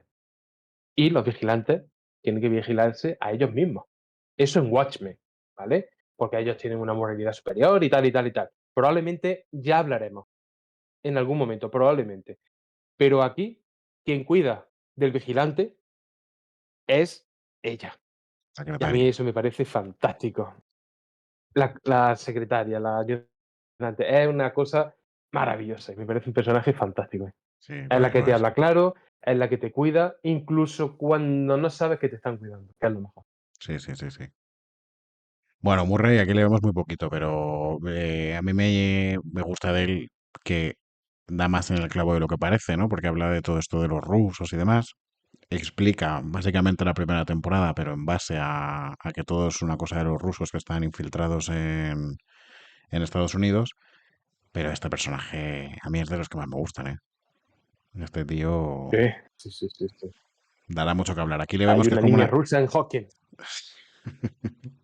Aquí le vemos como que es una especie de farsante, ¿no? Es como que... porque luego vemos que los padres de Bárbara le contratan para que encuentre a Bárbara. Vemos como una... Parece un charlatán más que otra cosa. Pero dará juego este tío. Oh, pero están convencidísimos, ¿eh? El padre dice, es que vale cada centavo. Y digo, madre de Dios, qué dolor más grande. Un año después. Quiero decir, dicen en las películas, no sé si será en la realidad así, pero tras una esto lo decían en Perdida, se lo decía, Hugh Jackman a Jake Gyllenhaal en la escena del coche de la lluvia, cuando empieza a pegarle al coche, y dice: "Después de una semana de desaparición, las posibilidades de encontrar a un niño vivo se reducen a no sé cuánto". Y digo: "Ostras, después de un año, ¿a qué probabilidades creerán estos padres que se ha reducido la supervivencia de su hija?". En fin, solo Nancy lo sabe. Ya es bastante duro de por sí. A mí me extraña porque no les dijeron a esta gente que su hija había muerto. Es una crueldad, es Sí, una sí. crueldad, pero, en fin, hay cierta responsabilidad, ¿no? Cuando tú ves algo extraordinario, no puedes contárselo a quien sea, por mucho derecho que tengan esas personas porque están involucradas porque su hija ha muerto. Pero a lo mejor el hecho de conocer las circunstancias de su muerte sea motivo de alerta general. De decir, hay algo que se lleva a los niños y no es de este mundo. Lo crea usted o no, le estoy diciendo que su hija ha muerto. ¿Le vamos a enseñar el cadáver? No. ¿Me creerá usted? No importa. Su hija no va a volver. No la verán nunca. Y su hija era una hija modelo, tradicional hasta el extremo. Siempre volvería a casa cuando tocaba. Después de un año, usted seguro que me cree, porque su hija no se ha perdido yendo a la piscina municipal, eso se lo aseguro. Curioso, curioso que esta gente siga como en la ignorancia más absoluta, una crueldad, desde luego. Y bueno, pues el Murray este, yo entiendo que está en el pueblo por eso, ¿eh? Está en el pueblo por ellos, por eso llega ahí, pero conoce a Hopper ya de antes y bueno, vamos a ver un poco qué depara todo esto. Bueno, tú lo sabes, no hay mayores mentiras que las que nos contamos a nosotros mismos, ¿no? Sí, Y son las que más dispuestos estamos a creer, ¿no? Así que imagínate el peligro sí, de todo esto. también entiendo que al final es la esperanza, ¿no? De estos padres pensando que, bueno, pues que este hombre va a encontrar algo. Es verdad que no sabemos si esos padres se plantean la posibilidad de que la encuentren muerta o de que el Murray descubra que está muerta. Parece que no, parece que es como que albergarán la esperanza de que estuviera viva, de alguna forma, pero no sé. Ah, estamos en un punto interesante. Yo te pediría que no nos moviésemos de aquí, aunque es algo que pertenece a la trama de Jonathan y Nancy. Se me olvidaba, Mm. se me olvidaba el nombre. ¿Qué tipo de padres son estos en comparación con Joyce? Porque ambos pierden a su hijo, no saben si están vivos o muertos, pero ella araña los tejidos de las dimensiones para, para encontrar a su hijo. Estos padres no van más allá de la duda de ¿dónde estará? Y de creerse toda mentira que le diga Nancy. Es decir, la capacidad de respuesta dice mucho, ¿eh? No lo sé, quizás están más paralizados, quizás, no sé, no son ellos los que pasan a la acción, ¿no? Sino que contratan a alguien que lo haga por ellos. Es Un otro año tipo después. de... Un año después, sí, sí. Es otro tipo de paternidad también. Ahí queda. No quiero decirlo, pero igual no son tan buenos padres como Joyce, ¿qué quieres que te diga? Que creo que son extraños porque luego eso, ¿no? Como que sí que cenan con Nancy, como que tienen esa relación con ella como más cercana. En la casa hay como muchas fotos, pero luego es como que, por otro lado, claro, te preguntas, ¿y todo este año qué habéis hecho, no? Ante la desaparición. Tampoco lo dicen, pero sí que, bueno, parece que no han hecho tanto. O parece que han tardado mucho en movilizarse, pero bueno, en realidad tampoco sabemos si han estado un poco viendo a ver qué hacer. Pero se da a entender que no mucho. Se da a entender que no mucho. Me gustaría preguntarte, si me permite, conociendo lo que conoces de los padres de Mike, ¿cómo crees que hubiesen reaccionado a ellos de haber sido su hijo el que hubiese desaparecido? Pues yo creo que la madre de Mike hubiera hecho algo parecido a Joyce, creo. y el padre de Mike hubiera seguido a esta mujer. No él desde el convencimiento propio, pero sí creo que lo hubiera seguido, porque es lo que hace, ¿no? Como que es parece una extensión de ella, de alguna forma. Pero creo que esta mujer sí hubiera... creo que lo hablamos también en la primera temporada, pero creo que la madre de Mike es uno de los personajes quizás no del todo explotados en la serie. Porque creo que tiene un montón de potencial, pero siempre se queda ahí como muy secundaria de este personaje. No quiero tampoco hablar mucho más, porque sí que hay ciertas teorías con respecto a ella, pero siempre me da la sensación de que se queda como un poco atrás. Y me da pena porque creo que es un personaje que tendría mucho desarrollo, ¿eh? A mí me da mucha pena por cómo ha avanzado la cosa, porque en esta temporada ocurre algo que me parece absolutamente fantástico. Yo te voy a hablar con total sinceridad. Me parece una mujer guapísima, súper atractiva, con una vida en su interior que se le cae por los poros. Y en el momento en el que tiene este renacer sexual, en el momento de la piscina, La viendo te- al hermano de... Pero eso es la tercera, ¿eh? ¿Esa es la tercera? Sí, esa es la tercera, eso. Bueno, bueno, se aplica igualmente. Sí, Es sí, una se cosa aplica, se aplica. que le pasará. Para mí, ahí estaba. Ahí estaba el kit de la cuestión. Es como el fin de la represión, el fin del silencio, el inicio de la expresión, de la libertad, de, coño, vamos a vivir. Que son 2 días. Sí, sí, sí, sí. Y lo encarnaba perfectamente. Y digo, es veros, es un carajo, es guapísima, te lo crees. Y es su momento. Y de repente, Sí. eso es una espinita que tengo yo clavada en el alma, ¿eh? Eso ocurre en la tercera y ya hablaremos de cuando lleguemos, pero sí, sí, es otra de las tramas que yo recuerdo también. Yo es lo que creo que este personaje ha tenido y tiene como momentos de brillar, pero no se la saca todo el provecho que tiene. Y con respecto a lo que haría, creo que haría eso. No sé si tú lo ves igual o ves que haría algo diferente. A esta mujer le metería un puñetazo al Creo que Demogorgon. ella,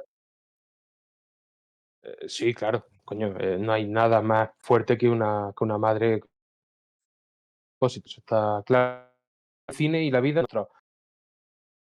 Pero yo no creo que llegara tan lejos. No creo que llegara tan lejos porque no está tan rota como Joyce.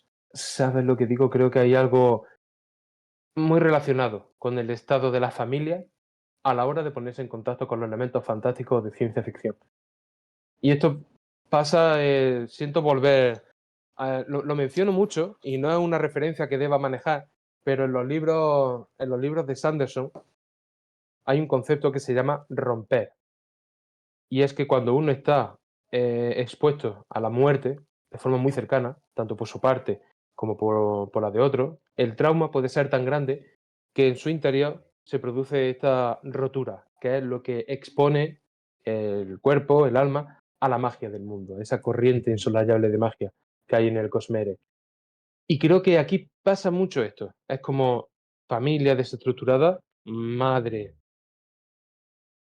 que es cabeza de familia, está más expuesta a eso que la señora que vive en el barrio residencial, con el jardín, con el coche, con la vida totalmente estructurada. Quiero decir, la mundanidad siempre estará alejada de aquello. Es el que cojea un pelín el que se tiene que exponer al mal o al elemento fantástico para reponerse. No está del todo rota. Tiene Tiene fugas, pero no está rota. Bueno, pues vamos, es una diferencia interesante con respecto a Joyce, efectivamente. Joyce, lo que pasa que a mí sí me parece que comparten un poco la cosa de que sus hijos son todo lo que tiene, porque el marido que tiene prácticamente es como si no estuviera, ¿no? Es como el no tenerlo. Entonces, para mí ahí sí que hay un parecido entre las dos, aunque no efectivamente no llegan al mismo nivel de rotura. Pero bueno, también tienen elementos compartidos, ¿eh? Creo que entre ellas, de hecho, en la primera temporada hay algún momento de escenas que comparten ellas dos, que creo que se pueden entender también a cierto nivel. Como por ejemplo ese, ¿no? Cómo ejercen también la maternidad. Te voy a decir una cosa, Alejandro, y que quede grabada para los restos, porque no la volveré a mencionar. Por suerte y desgracia, para un padre y una madre, sus hijos son lo único que tienen en el mundo. Para bien y para mal, en todos los sentidos. Tenemos muchas cosas, pero solo tenemos una cosa. Y quien sea padre y madre lo entenderá. Yo no lo soy, ni madre ni padre, pero tú me entiendes. Sí, sí, sí, sí. Porque cuando algo pasa, pasa al máximo exponente. Si es bueno, flipamos. Si es malo, todo lo contrario. Bueno, pues ahí queda. Ahí queda dicho. Luego corta esta parte. Bueno, ahora eres esclavo de tus palabras. Para siempre. Sí. Bueno, vamos a hablar de Nancy, Jonathan y Steve, si quieres, de ese otro triángulo, sobre todo de Nancy y de Steve, que no hemos hablado de ellos, y que tampoco es que tengan, creo, como grandes cosas, pero bueno, sí que tienen algunos detalles interesantes, creo, entre ellos dos. Así que si quieres, dale tú un poco con sensaciones generales con ellos y luego ya, si no dices algo, te concreto un poco alguna cosa. Sí, bueno, yo tiraría por Steve. Steve parece que ha hecho borrón, cuenta nueva, y donde hubo aquí país después gloria, ¿no? Que se suele decir. Todo está perdonado, no hay una intención en no relacionarlo con Jonathan, siempre hay una distancia natural entre ellos los dos, física, para que no se crucen. Es como que no quieren hacer evidente ese triángulo amoroso que está desde el primer momento, quieran o no. No quiero decir que esto sea una tirita desesperada y de última hora por parte de los Duffer, pero puede que sí ofrezca un poco más de resistencia a concluirlo. Es como si los juntamos, o se pelearán o harán todo lo contrario. Es mejor que se desarrollen de forma independiente, teniendo a Nancy como nexo común. A mí eso me parece interesante. Me parece interesante. ¿Se podría hacer mejor? No lo sé. Probablemente. A mí ahora, como poco, me parece suficiente. Por lo tanto, no pido más. Steve se presenta ahora como un personaje imperfecto, un poco más torpe, inseguro de sí mismo. Y creo que está en posición de mostrarle a Nancy que es el novio que cree que ella merece. Pero en ese creer lo que ella merece, a lo mejor se equivoca, porque se pierde por el camino. Y a lo mejor no actúa como él realmente es. Probablemente. Veremos a ver lo que pasa. Pero aquí los personajes siempre estarán de idas y venidas. Con tira y afloja, ¿no? Veremos. Sí, a mí de Steve sí me gusta como esta parte más vulnerable, ¿no? Que nos muestran en el episodio, con esas inseguridades, esa cosa de no querer dedicarse a lo mismo que su padre, pero no le va a quedar más remedio. Parece que está haciendo ahí como una carta como si fuera a la universidad, ¿no? Algo así parece. Una carta como de recomendación, no sé si de recomendación o de motivación, no sé. Una carta a la universidad y sí me gusta que veamos este lado más imperfecto de él, porque la primera temporada lo vimos un poco hacia el final, pero aquí inciden más y sobre todo me gusta verlo porque si tenía la fama, ¿no? Como de mujeriego y de superficial, parece que quiere a Nancy de una forma bastante honesta. Y creo que por eso también muestra esa vulnerabilidad de una manera tan abierta. Así que ese lado me gusta verlo. No sé si él será tan así o no, lo que tú decías, ¿no? De si puede haber algún encorsetamiento ahí, pero le veo más natural de lo que estaba en la primera. Creo que se ha deshecho de los amigos estos que tenía y eso le ha permitido también ser más transparente. Y eso creo que le ha venido bien al personaje. Hombre, ya defendemos a Nancy, ¿no? Estamos de acuerdo en eso. Es Sí, buena persona, a pesar de que la- pues, primeras sensaciones que dijimos en los primeros capítulos, pero entendemos que es una chica que está encaminada a ser una buena mujer, incluso una gran mujer. Y esto es así, una persona con mayúsculas, que no se anda con gilipolleces en las cosas del comer, no te permite banalidades, no te permite gilipolleces. Cuando alguien se pregunte por qué los hombres quieren a las mujeres y por qué las mujeres quieren a los hombres. Que yo creo que siempre nos encontraremos con el mismo muro. Nos enamoramos de una persona porque es cabal. Si no, no nos enamoramos. Nos pone los pies en la tierra. Y si no sentimos eso, al menos yo no me siento seguro. Yo he tenido la suerte de estar con una persona así y esa persona no me condicionaba, sino que sacaba esa parte de mí, la hacía relucir y sentía que era el hombre que debía ser. Es una sensación que no tiene puñetero precio en este mundo, ¿sabes? Y creo que se aplica a esto. Steve no tiene más cojones que ser quien es estando con Nancy. Lo que pasa es que tiene inseguridades, porque tiene deudas pendientes. El escribir bien, el expresarse, sus sentimientos literalmente, el tema de sus padres, el tema de la violencia, tiene que lidiar con, en fin, tiene una deuda pendiente también con el espectador, ¿no? Y está en camino de eso. Pero si por Nancy es, y si Nancy lo espera hasta el final, se encontrará con que no tiene más cojones que ser un hombre, no un niño, para ella y con ella. Sí, totalmente de acuerdo con esto. En realidad, ya te digo que de Nancy y de Steve. A comer. No, es verdad que no, es lo que te decía antes, que creo que de Nancy y Steve no hay muchas cosas aún que comentar, salvo este tipo de cositas, ¿no? De ver en qué posición está el personaje de Steve. Sobre todo más de Steve que de Nancy. Porque Nancy creo no sé, no tiene tanto, me da la sensación, ¿no? En este primer episodio no, lo que aparece es, bueno, pues la relación que tiene con Mike, esa relación de hermanos, luego que ella incluye a Jonathan un poco dentro de su vida, pero que no vemos como un cambio muy grande con respecto a lo que vimos al final de la primera. Sí creo que vemos un poco más con respecto a Steve, por eso creo que de los dos, para mí es el que más peso tiene en este inicio. Sí que es verdad que vemos a Nancy también, quizás al final de la primera la vemos otra vez como mucho más conservadora y aquí la vemos más parecida a lo que era al final de la temporada, pero vaya, creo que sobre todo de ellos dos es Steve del que más merece la pena pararse a hablar. ¿Sabes qué es lo que pasa? Que es que Nancy acabó muy bien presente al final de la primera temporada. Acabó muy entera. A pesar de que diese la vuelta y al final de la vuelta se encontrase en el mismo punto en el que empezó. Pero ha dado una vuelta completa. Y eso es innegable. Steve no está dando no hace un círculo, sino que está escalando. Sí, sí, Y sí. todavía le queda. Pues vamos a hablar de los nenes, que no hemos hablado de ellos hasta ahora. Y si quieres, vamos a empezar antes de hablar de Max. Vamos a hablar de la escena del arcade, que este era uno de los temas que te iba a lanzar. Uno de ellos era el tema de la paternidad y la maternidad en esta nueva temporada. El otro viene por la escena del arcade en el que juegan al juego este del dragón, el juego al que está jugando Dustin, Ujú. si no recuerdo mal. Yo es un juego que no he jugado, pero es un juego que no es como un juego al uso donde tú vas manejando al personaje y lo vas moviendo por los escenarios, sino que es como un juego que te presenta elecciones todo el rato.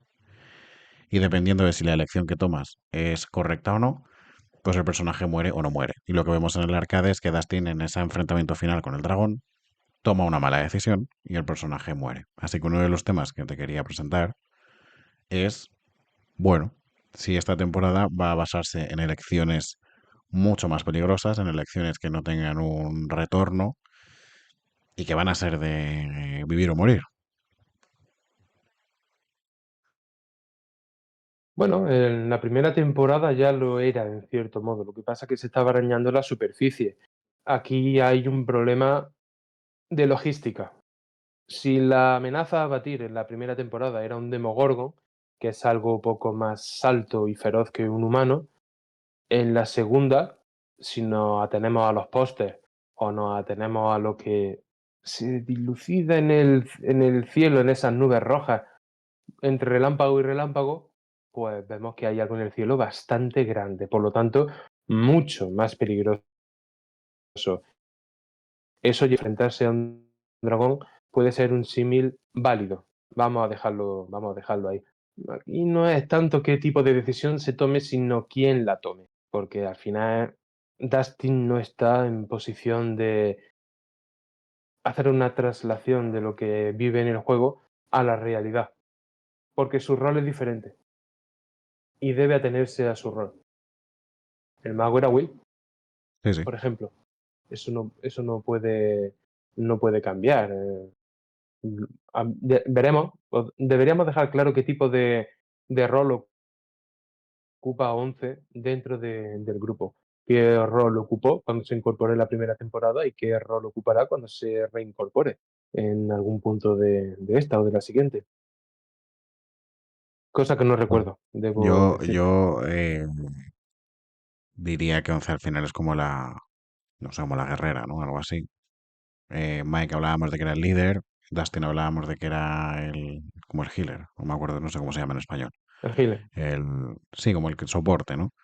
Y sí. Lucas era como el estratega, parece, como la voz un poco de la razón, El algo así. Mastermind. Sí, quizás el más calmado, ¿no? En cuanto a planificar algo. Y Will, el mago. Bueno, vamos a ver cómo se redistribuye eso. Es verdad que Dustin en este juego, en el juego él encarna a un caballero y él no es ese rol el que él tiene, pero sí me parece interesante la idea esta de presentarnos que las elecciones cada vez son más importantes también porque esto no deja de ser un coming of age, ¿no? Y no es lo mismo tomar decisiones cuando tienes 11 años, cuando tienes 15 o 18. Entonces sí me parece interesante lanzar esta idea de cada vez las decisiones van a ser más complicadas porque creo que cada vez es verdad que la serie se vuelve más, no compleja, pero quizás dramática por momentos. Hay muchos momentos de no retorno en la serie, cada vez más. Entonces, bueno, me parece interesante que se empieza a mostrar esta idea, ¿no? De que ante dos elecciones, una es la muerte y la otra no. Entonces, esto creo que va a estar presente a lo largo de las temporadas que nos quedan. Y bueno, me parece que está bien, bien tirado. Aparte de que siempre es agradable reunirte con una sala de arcades, que eso yo lo he vivido, supongo que tú también lo has vivido. Esos momentos y eso siempre está bien, ¿no? Un poquito de nostalgia. Desde luego. Yo, yo en esto, eh, siguiendo tu teoría del coming of age, quieras que no, lo engloba todo, ¿no? Queramos o no. Creo que el mundo de los juegos, los videojuegos, empiezan empieza a expulsarlos. Y creo que por eso ya no mantiene el podio en el juego, porque su lucha ya no está en el videojuego, está en la realidad. Es como vete de aquí, que no es tu territorio de lucha. Ahí creo que hay algo, ¿eh? Es Ujú. como ya no soy el mejor en esto, porque nos la hemos tenido que ver con esto en la realidad y ya hemos ganado. Igual el juego me está echando para decir, quédate en la realidad, que esto no ha acabado, ¿eh? Eso sería, Pero claro, luego Mad Max ya sabemos quién es. Por lo tanto, sí, ahí, claro, la cosa es, eso quiere decir que es una chica que está en el mismo grupo o estará, y el mundo de los videojuegos sí lo acepta, si seguimos esta teoría loca. bueno, quizás lo acepta porque aún no, la acepta porque aún no está metida en el mundo de ellos, probablemente. Pero, Así que bueno, ya que hemos hablado de Mad Max, pues venga, vamos a hablar, ya vamos anticipando la llegada de Sadie Sink a esta serie toda la primera temporada, así que vamos a resarcir. Here I am. Buah, o sea, qué presentación, ¿no? Cómo mola. Yo debo decirte que odio la cara de Nancy cuando sale del coche y se pone a mirar, como diciendo, ¿quién será? Y digo, ¿eres la vieja del visillo? Eres la que está viendo pasar a ver si hay alguien extraño o alguien del bar. Y digo, ¿qué importa? Pero claro, llama tanto la atención la llegada de Max y su hermano, que fíjate, me gusta más cómo sale ella del coche que cómo sale él. Igual es porque ya lo tenemos visto de un millón de veces, ¿no? El primer golpetazo con el pie es una explosión y luego la música explota cuando se gira, ¿no? Pero me gusta cómo sale del coche ella con esa cara de palo que es más seca que el culo de un perro, tío, y coge y se va corriendo con el monopatín, sin dar media explicaciones. Y no sé, me gusta el estar de esta niña.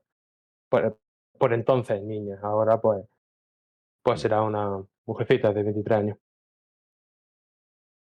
Vamos a hablar de ellos, si te parece, de lo que vemos de ellos en este episodio, que es esa llegada, Bailey siendo un poco no sé, el nuevo, te iba a decir el nuevo Steve, pero en realidad no, pero sí que tiene un poco de esto, ¿no? El nuevo galán. Y Max siendo, bueno, pues un personaje que les fascina a los niños de la serie, y quizás también porque enseguida descubren que Mad Max y Max pueden ser la misma persona, con lo cual es quien les ha destronado sus récords y luego porque les produce fascinación. Entiendo que, Sí, bueno, ¿eh? no un libro de Agatha Christie, ¿no? Bueno, ¿te imaginas que no es? ¿Te imaginas que no es? No, pero debe ser así, ¿no? En Sí. ese sentido no debe ser complicado, ¿no? No, no, está bien, está bien. También bueno, que le introduzcan un poco por ahí, ¿no? Como un elemento que les fascina por el hecho de, seguramente, de que es una chica y luego por el hecho de que les gana en los juegos, ¿no? Y suele ser lo suficientemente fascinante a los tres como para captar su atención. La de Will también, pero la de Will mucho menos. Creo que Will está ahí más como un espectador, no está tan involucrado en esa fascinación, pero bueno, también está ahí. Es que Will, en fin, cosas que se dirán o que se revelarán en la cuarta temporada, que puede ser un motivo por el que no le llame la atención, pero si yo tuviera que explicar en el marco en el que estamos de por qué no le interesa, yo te diré dos cosas. Primero, Will se está debatiendo entre la realidad y la irrealidad de sí mismo y del mundo. Y luego, que creo que está constantemente disputado el lugar que ocupa en el grupo. El juego que dejó lo ocupó una niña y ahora viene otra niña y llaman la atención de forma muy poderosa. O sea, son especiales, son, yo qué sé, extravagantes y él es muy comedido. Entiendo que puede sentir algo de miedo a que si tiene un episodio o cae enfermo o se retrae muchísimo más tiempo, ellas pueden ocupar su lugar en el grupo. Lo veo verosímil y posible. Sí, bueno, yo no había pensado en esto, pero efectivamente sí que, claro, él tiene que volver como a entrar en ese grupo, todos le cuidan de alguna forma y en un momento determinado alguien le puede usurpar, ¿no? O en su cabeza alguien le puede usurpar ese lugar en el grupo.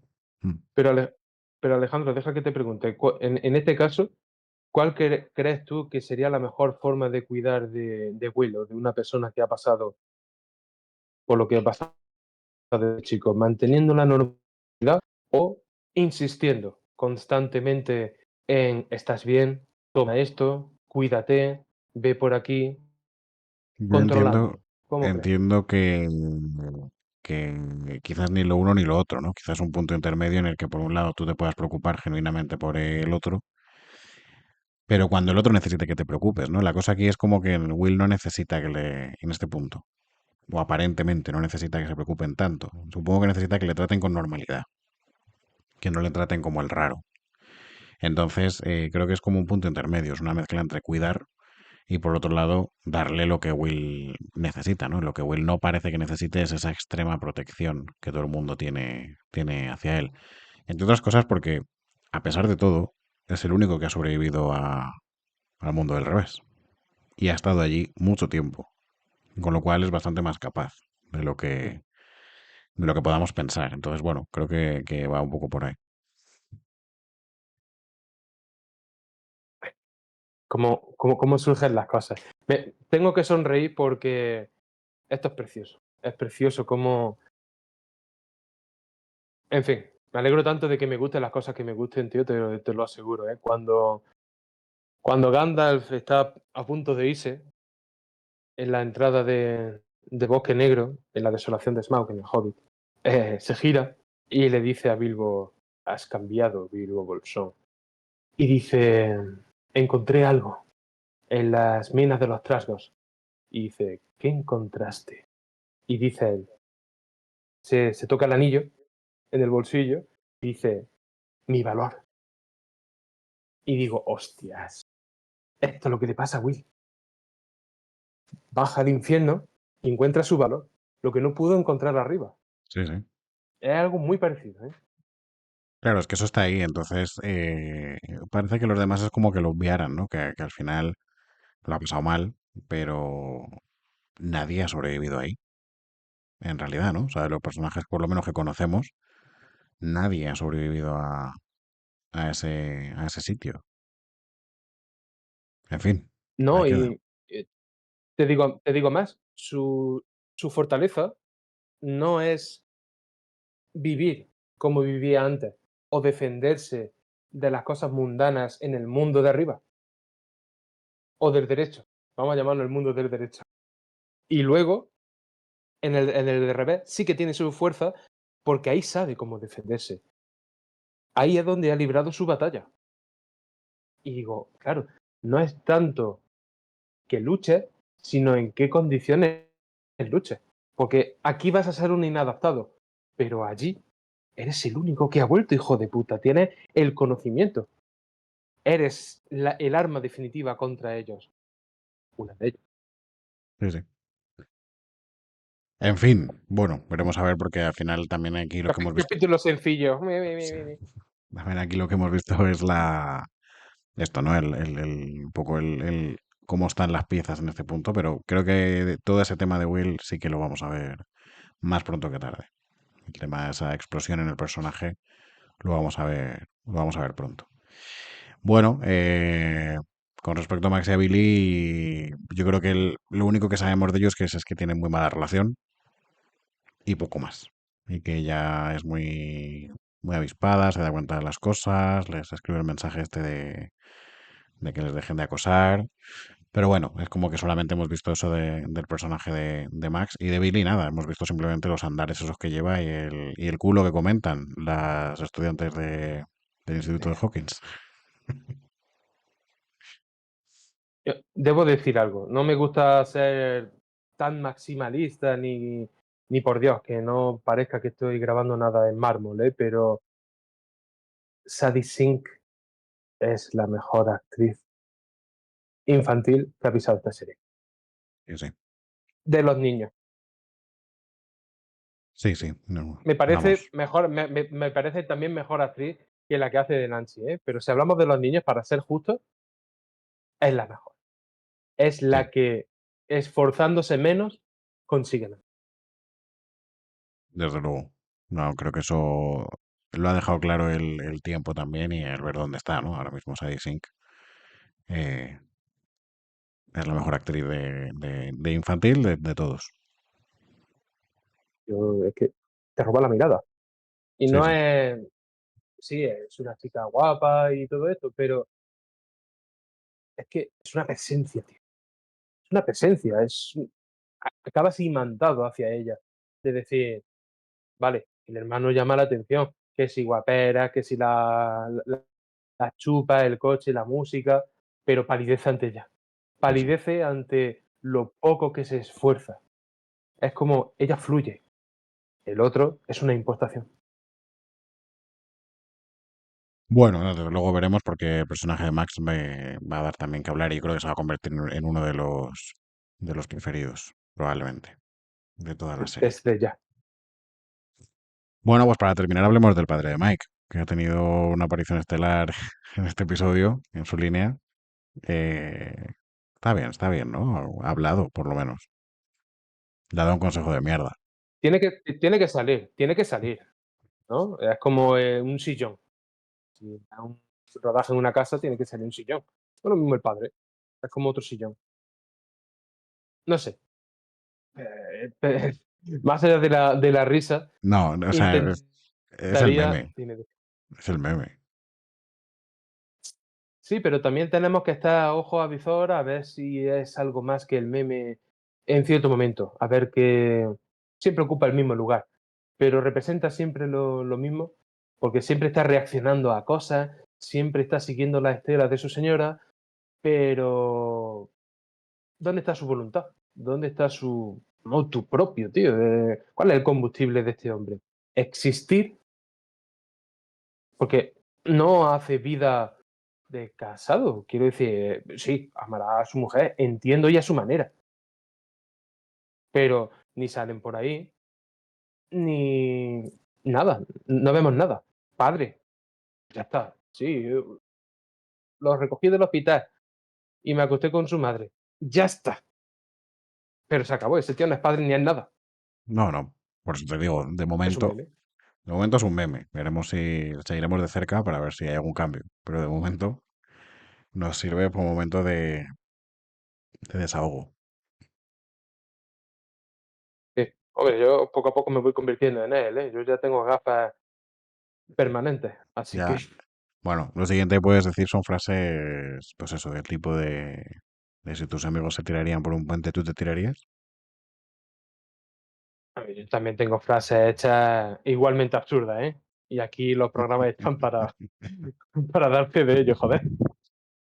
Bueno, le seguiremos de cerca. De momento se queda solamente en chiste, pero bueno, casi que al final, como siempre hablamos de él, y ya se ha convertido en la primera temporada en estar presente, pues en esta segunda también.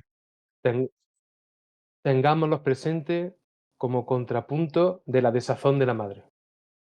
Y que la decisión que tome la madre en el futuro, que esté motivada por la situación que ha generado este señor. Probablemente. Probablemente porque es la única Porque que la madre tiene. está acorralada. Sí, sí, sí. Y es la única que tiene dos dedos de frente también. Los dos. ¿No? Y ganas de vivir, vamos a decirlo claro. Ya, también. Bueno, pues hay algo ahí que se te quede pendiente de comentar del episodio, algún tema que no hayamos recorrido. La verdad es que, bueno, sí, un personaje nuevo que es este encargado de los videojuegos, un tío feo como su puñetera madre, pero me parece muy simpático. Y dice, no es un sarpullido, el acné no es un sarpullido, pedazos de imbécil. Le llama algo muy elaborado que no recuerdo ahora mismo, pero es un personaje que me parece entrañable, ¿no? Y un tío feo en el reparto, pues siempre es un plus. Sí, Otro. no sé si le veremos más, pero está bien. Sí, ¿no? No lo sé, no lo sé. Yo espero que sí. Será un secundario muy secundario. Pero bueno, es verdad que es simpático. Da pena. Cuando le dicen eso es como que da un poco de pena. Sí, es como cuidado de no ser los inadaptados porque os podréis convertir en mí. Efectivamente, efectivamente. Fíjate, está la escala, ¿no? Tenemos a Steve, tenemos a Nancy, tenemos a Jonathan y tenemos a Este hombre. No sé cómo se Jason, llama. o como se llame a este hombre. No sé, Jason, José Manuel, lo que sea. Y está ahí. Es como formas distintas de llevar este paso entre la adolescencia y la adultez. ¿Cuál pardillo puede ser? Sí. Bueno, oye, pues si aparece más se agradecerá, porque sí que cae simpático el chico. Otro meme. Otro meme.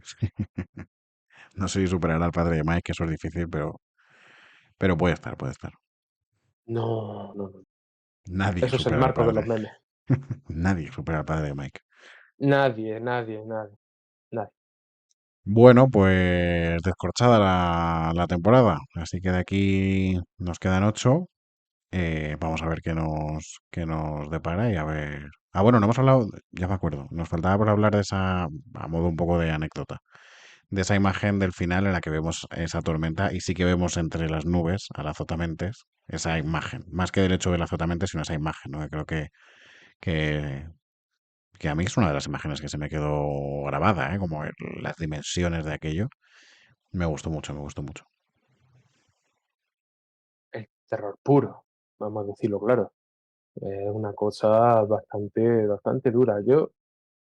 Se me desinfla un pelín que una amenaza física tan imponente se le llame azotamente. Es como su único alcance de poder es jugar con tu mente, no lo sé. Luego veremos que hace mucho, mucho más. Si en efecto, como me confirmaste, es eso a lo que se enfrentan en la tercera temporada. Pero claro, yo tengo un conflicto con el tamaño de eso en la Ya. nube y con el tamaño de eso en el momento final. Bueno, veremos, porque también lo vamos a... Todo esto se desarrolla más. Aquí lo que tenemos es esa imagen, pero luego le vemos más desarrollado y merecerá la pena verlo. En inglés es que se llama Mind Flyer, que no sé si la traducción literal es azotamente. Debe ser lo más parecido, ¿no? Flyer. Sí, o Mind Mm. Flyer se llama. Supongo que será lo más parecido que han encontrado al castellano, me imagino. Lo de El vuela Flyer mente. supongo que será... Sí, claro. El de Supongo que hacer lo de... volar, no sé. Claro, algo así. Bueno, pues nada, ya te digo, descorchada la temporada, a ver qué nos depara los episodios que quedan. Ha sido, ha sido intenso, ¿eh? Ha O sido un sea, episodio, tengo la sensación de que hemos hablado mucho, muy bien. ha sido un episodio más largo de lo habitual. ¿Cuánto ha durado este? Ni idea, ¿eh? Este Seguro que ha hemos durado alcanzado las 2 horas, seguro. casi las 2 horas. Casi, casi. Ay, Se pues nos resiste. saquemos otro tema hasta llegar a las 2 horas, ¿eh? Nada, eran 3 cierres y tal. Bueno, vamos a recordar un poco dónde te pueden encontrar, dónde pueden escucharte. Dani, recuérdalo. Pues en YouTube, principalmente para el soporte visual, estamos en iVoox y estamos en Spotify. Debo decir que yo no habré publicado nada en el programa hasta que esto se empiece a publicar. Así que va a haber una retahíla de Stranger Things que pretendo que sea ininterrumpida. Va a ser ininterrumpida por como nosotros lo vamos a hacer, pero no voy a interrumpirlo con nada. Va a ser episodio 1 y episodio 37, creo que me dijiste. Así que eso es lo que vaya a encontrar próximamente en mi programa. Bueno, pero aparte de eso hay un montón de cosas más, aunque no hayas publicado en algunos meses, será por contenido. Ya, no, sí, sí, será por contenido. El otro día estuve echando cuentas, cerca de 500 programas, entre lo que son programas grabados convencionales y los directos y las duraciones varias, probablemente nos acerquemos a las 2000 horas de contenido producido. Así que yo me siento muy a gusto de relajarme, debo decírtelo, te lo confieso un poco, de que estoy bastante relajado claro, normalmente yo soy el que te hago las preguntas. Yo soy el que te digo, pues Alejandro, por aquí esto, tal y esto. Pero que me la hagas a mí, me relaja, me pone en una situación que me permite disfrutar. Me permite disfrutar del descanso, de tener que estar grabando constantemente, de tanta elaboración. Así que me siento muy conforme y a gusto en que lo próximo y durante largo tiempo que sepa la gente de mi programa sea la colaboración que estamos haciendo aquí. Bueno, pues para soporte visual lo tendréis allí, porque en Psicología Plus solamente tendréis audio, pero bueno, si queréis vernos las caras, pues Los Supervivientes de Indianápolis, en YouTube. Tenemos lucecitas, Hay tenemos cosas. lucecitas, sí, están ahí, salimos uno a cada lado, los nombres de abajo, hay luces. En fin, muy Suena más atractivo. sencillo de lo que parece, ¿eh? Ya, Pero es sí, sí, complicado. sí, tanto y tanto. Bueno, a nosotros nos podéis encontrar en Spotify, en iVoox y en Instagram como psicología_plus. Y ya está, suficientes cosas, que tanta red social luego es un jaleo. Así que suficiente. Así que nada, Suficiente Twitter, bueno. sí, suficiente. Uf, Twitter. Bueno, eso sí que es el mundo del revés. Así que Hostia. Y eso no se va a poner del derecho, ¿eh? No va no, no, encaminado. no, eso no hay manera. Bueno, pues nada, Dani, darte las gracias por seguir conmigo en este viaje y nada, ya por la segunda temporada. Gracias a ti por iniciarlo. Nos vemos en la siguiente. Venga, hasta luego.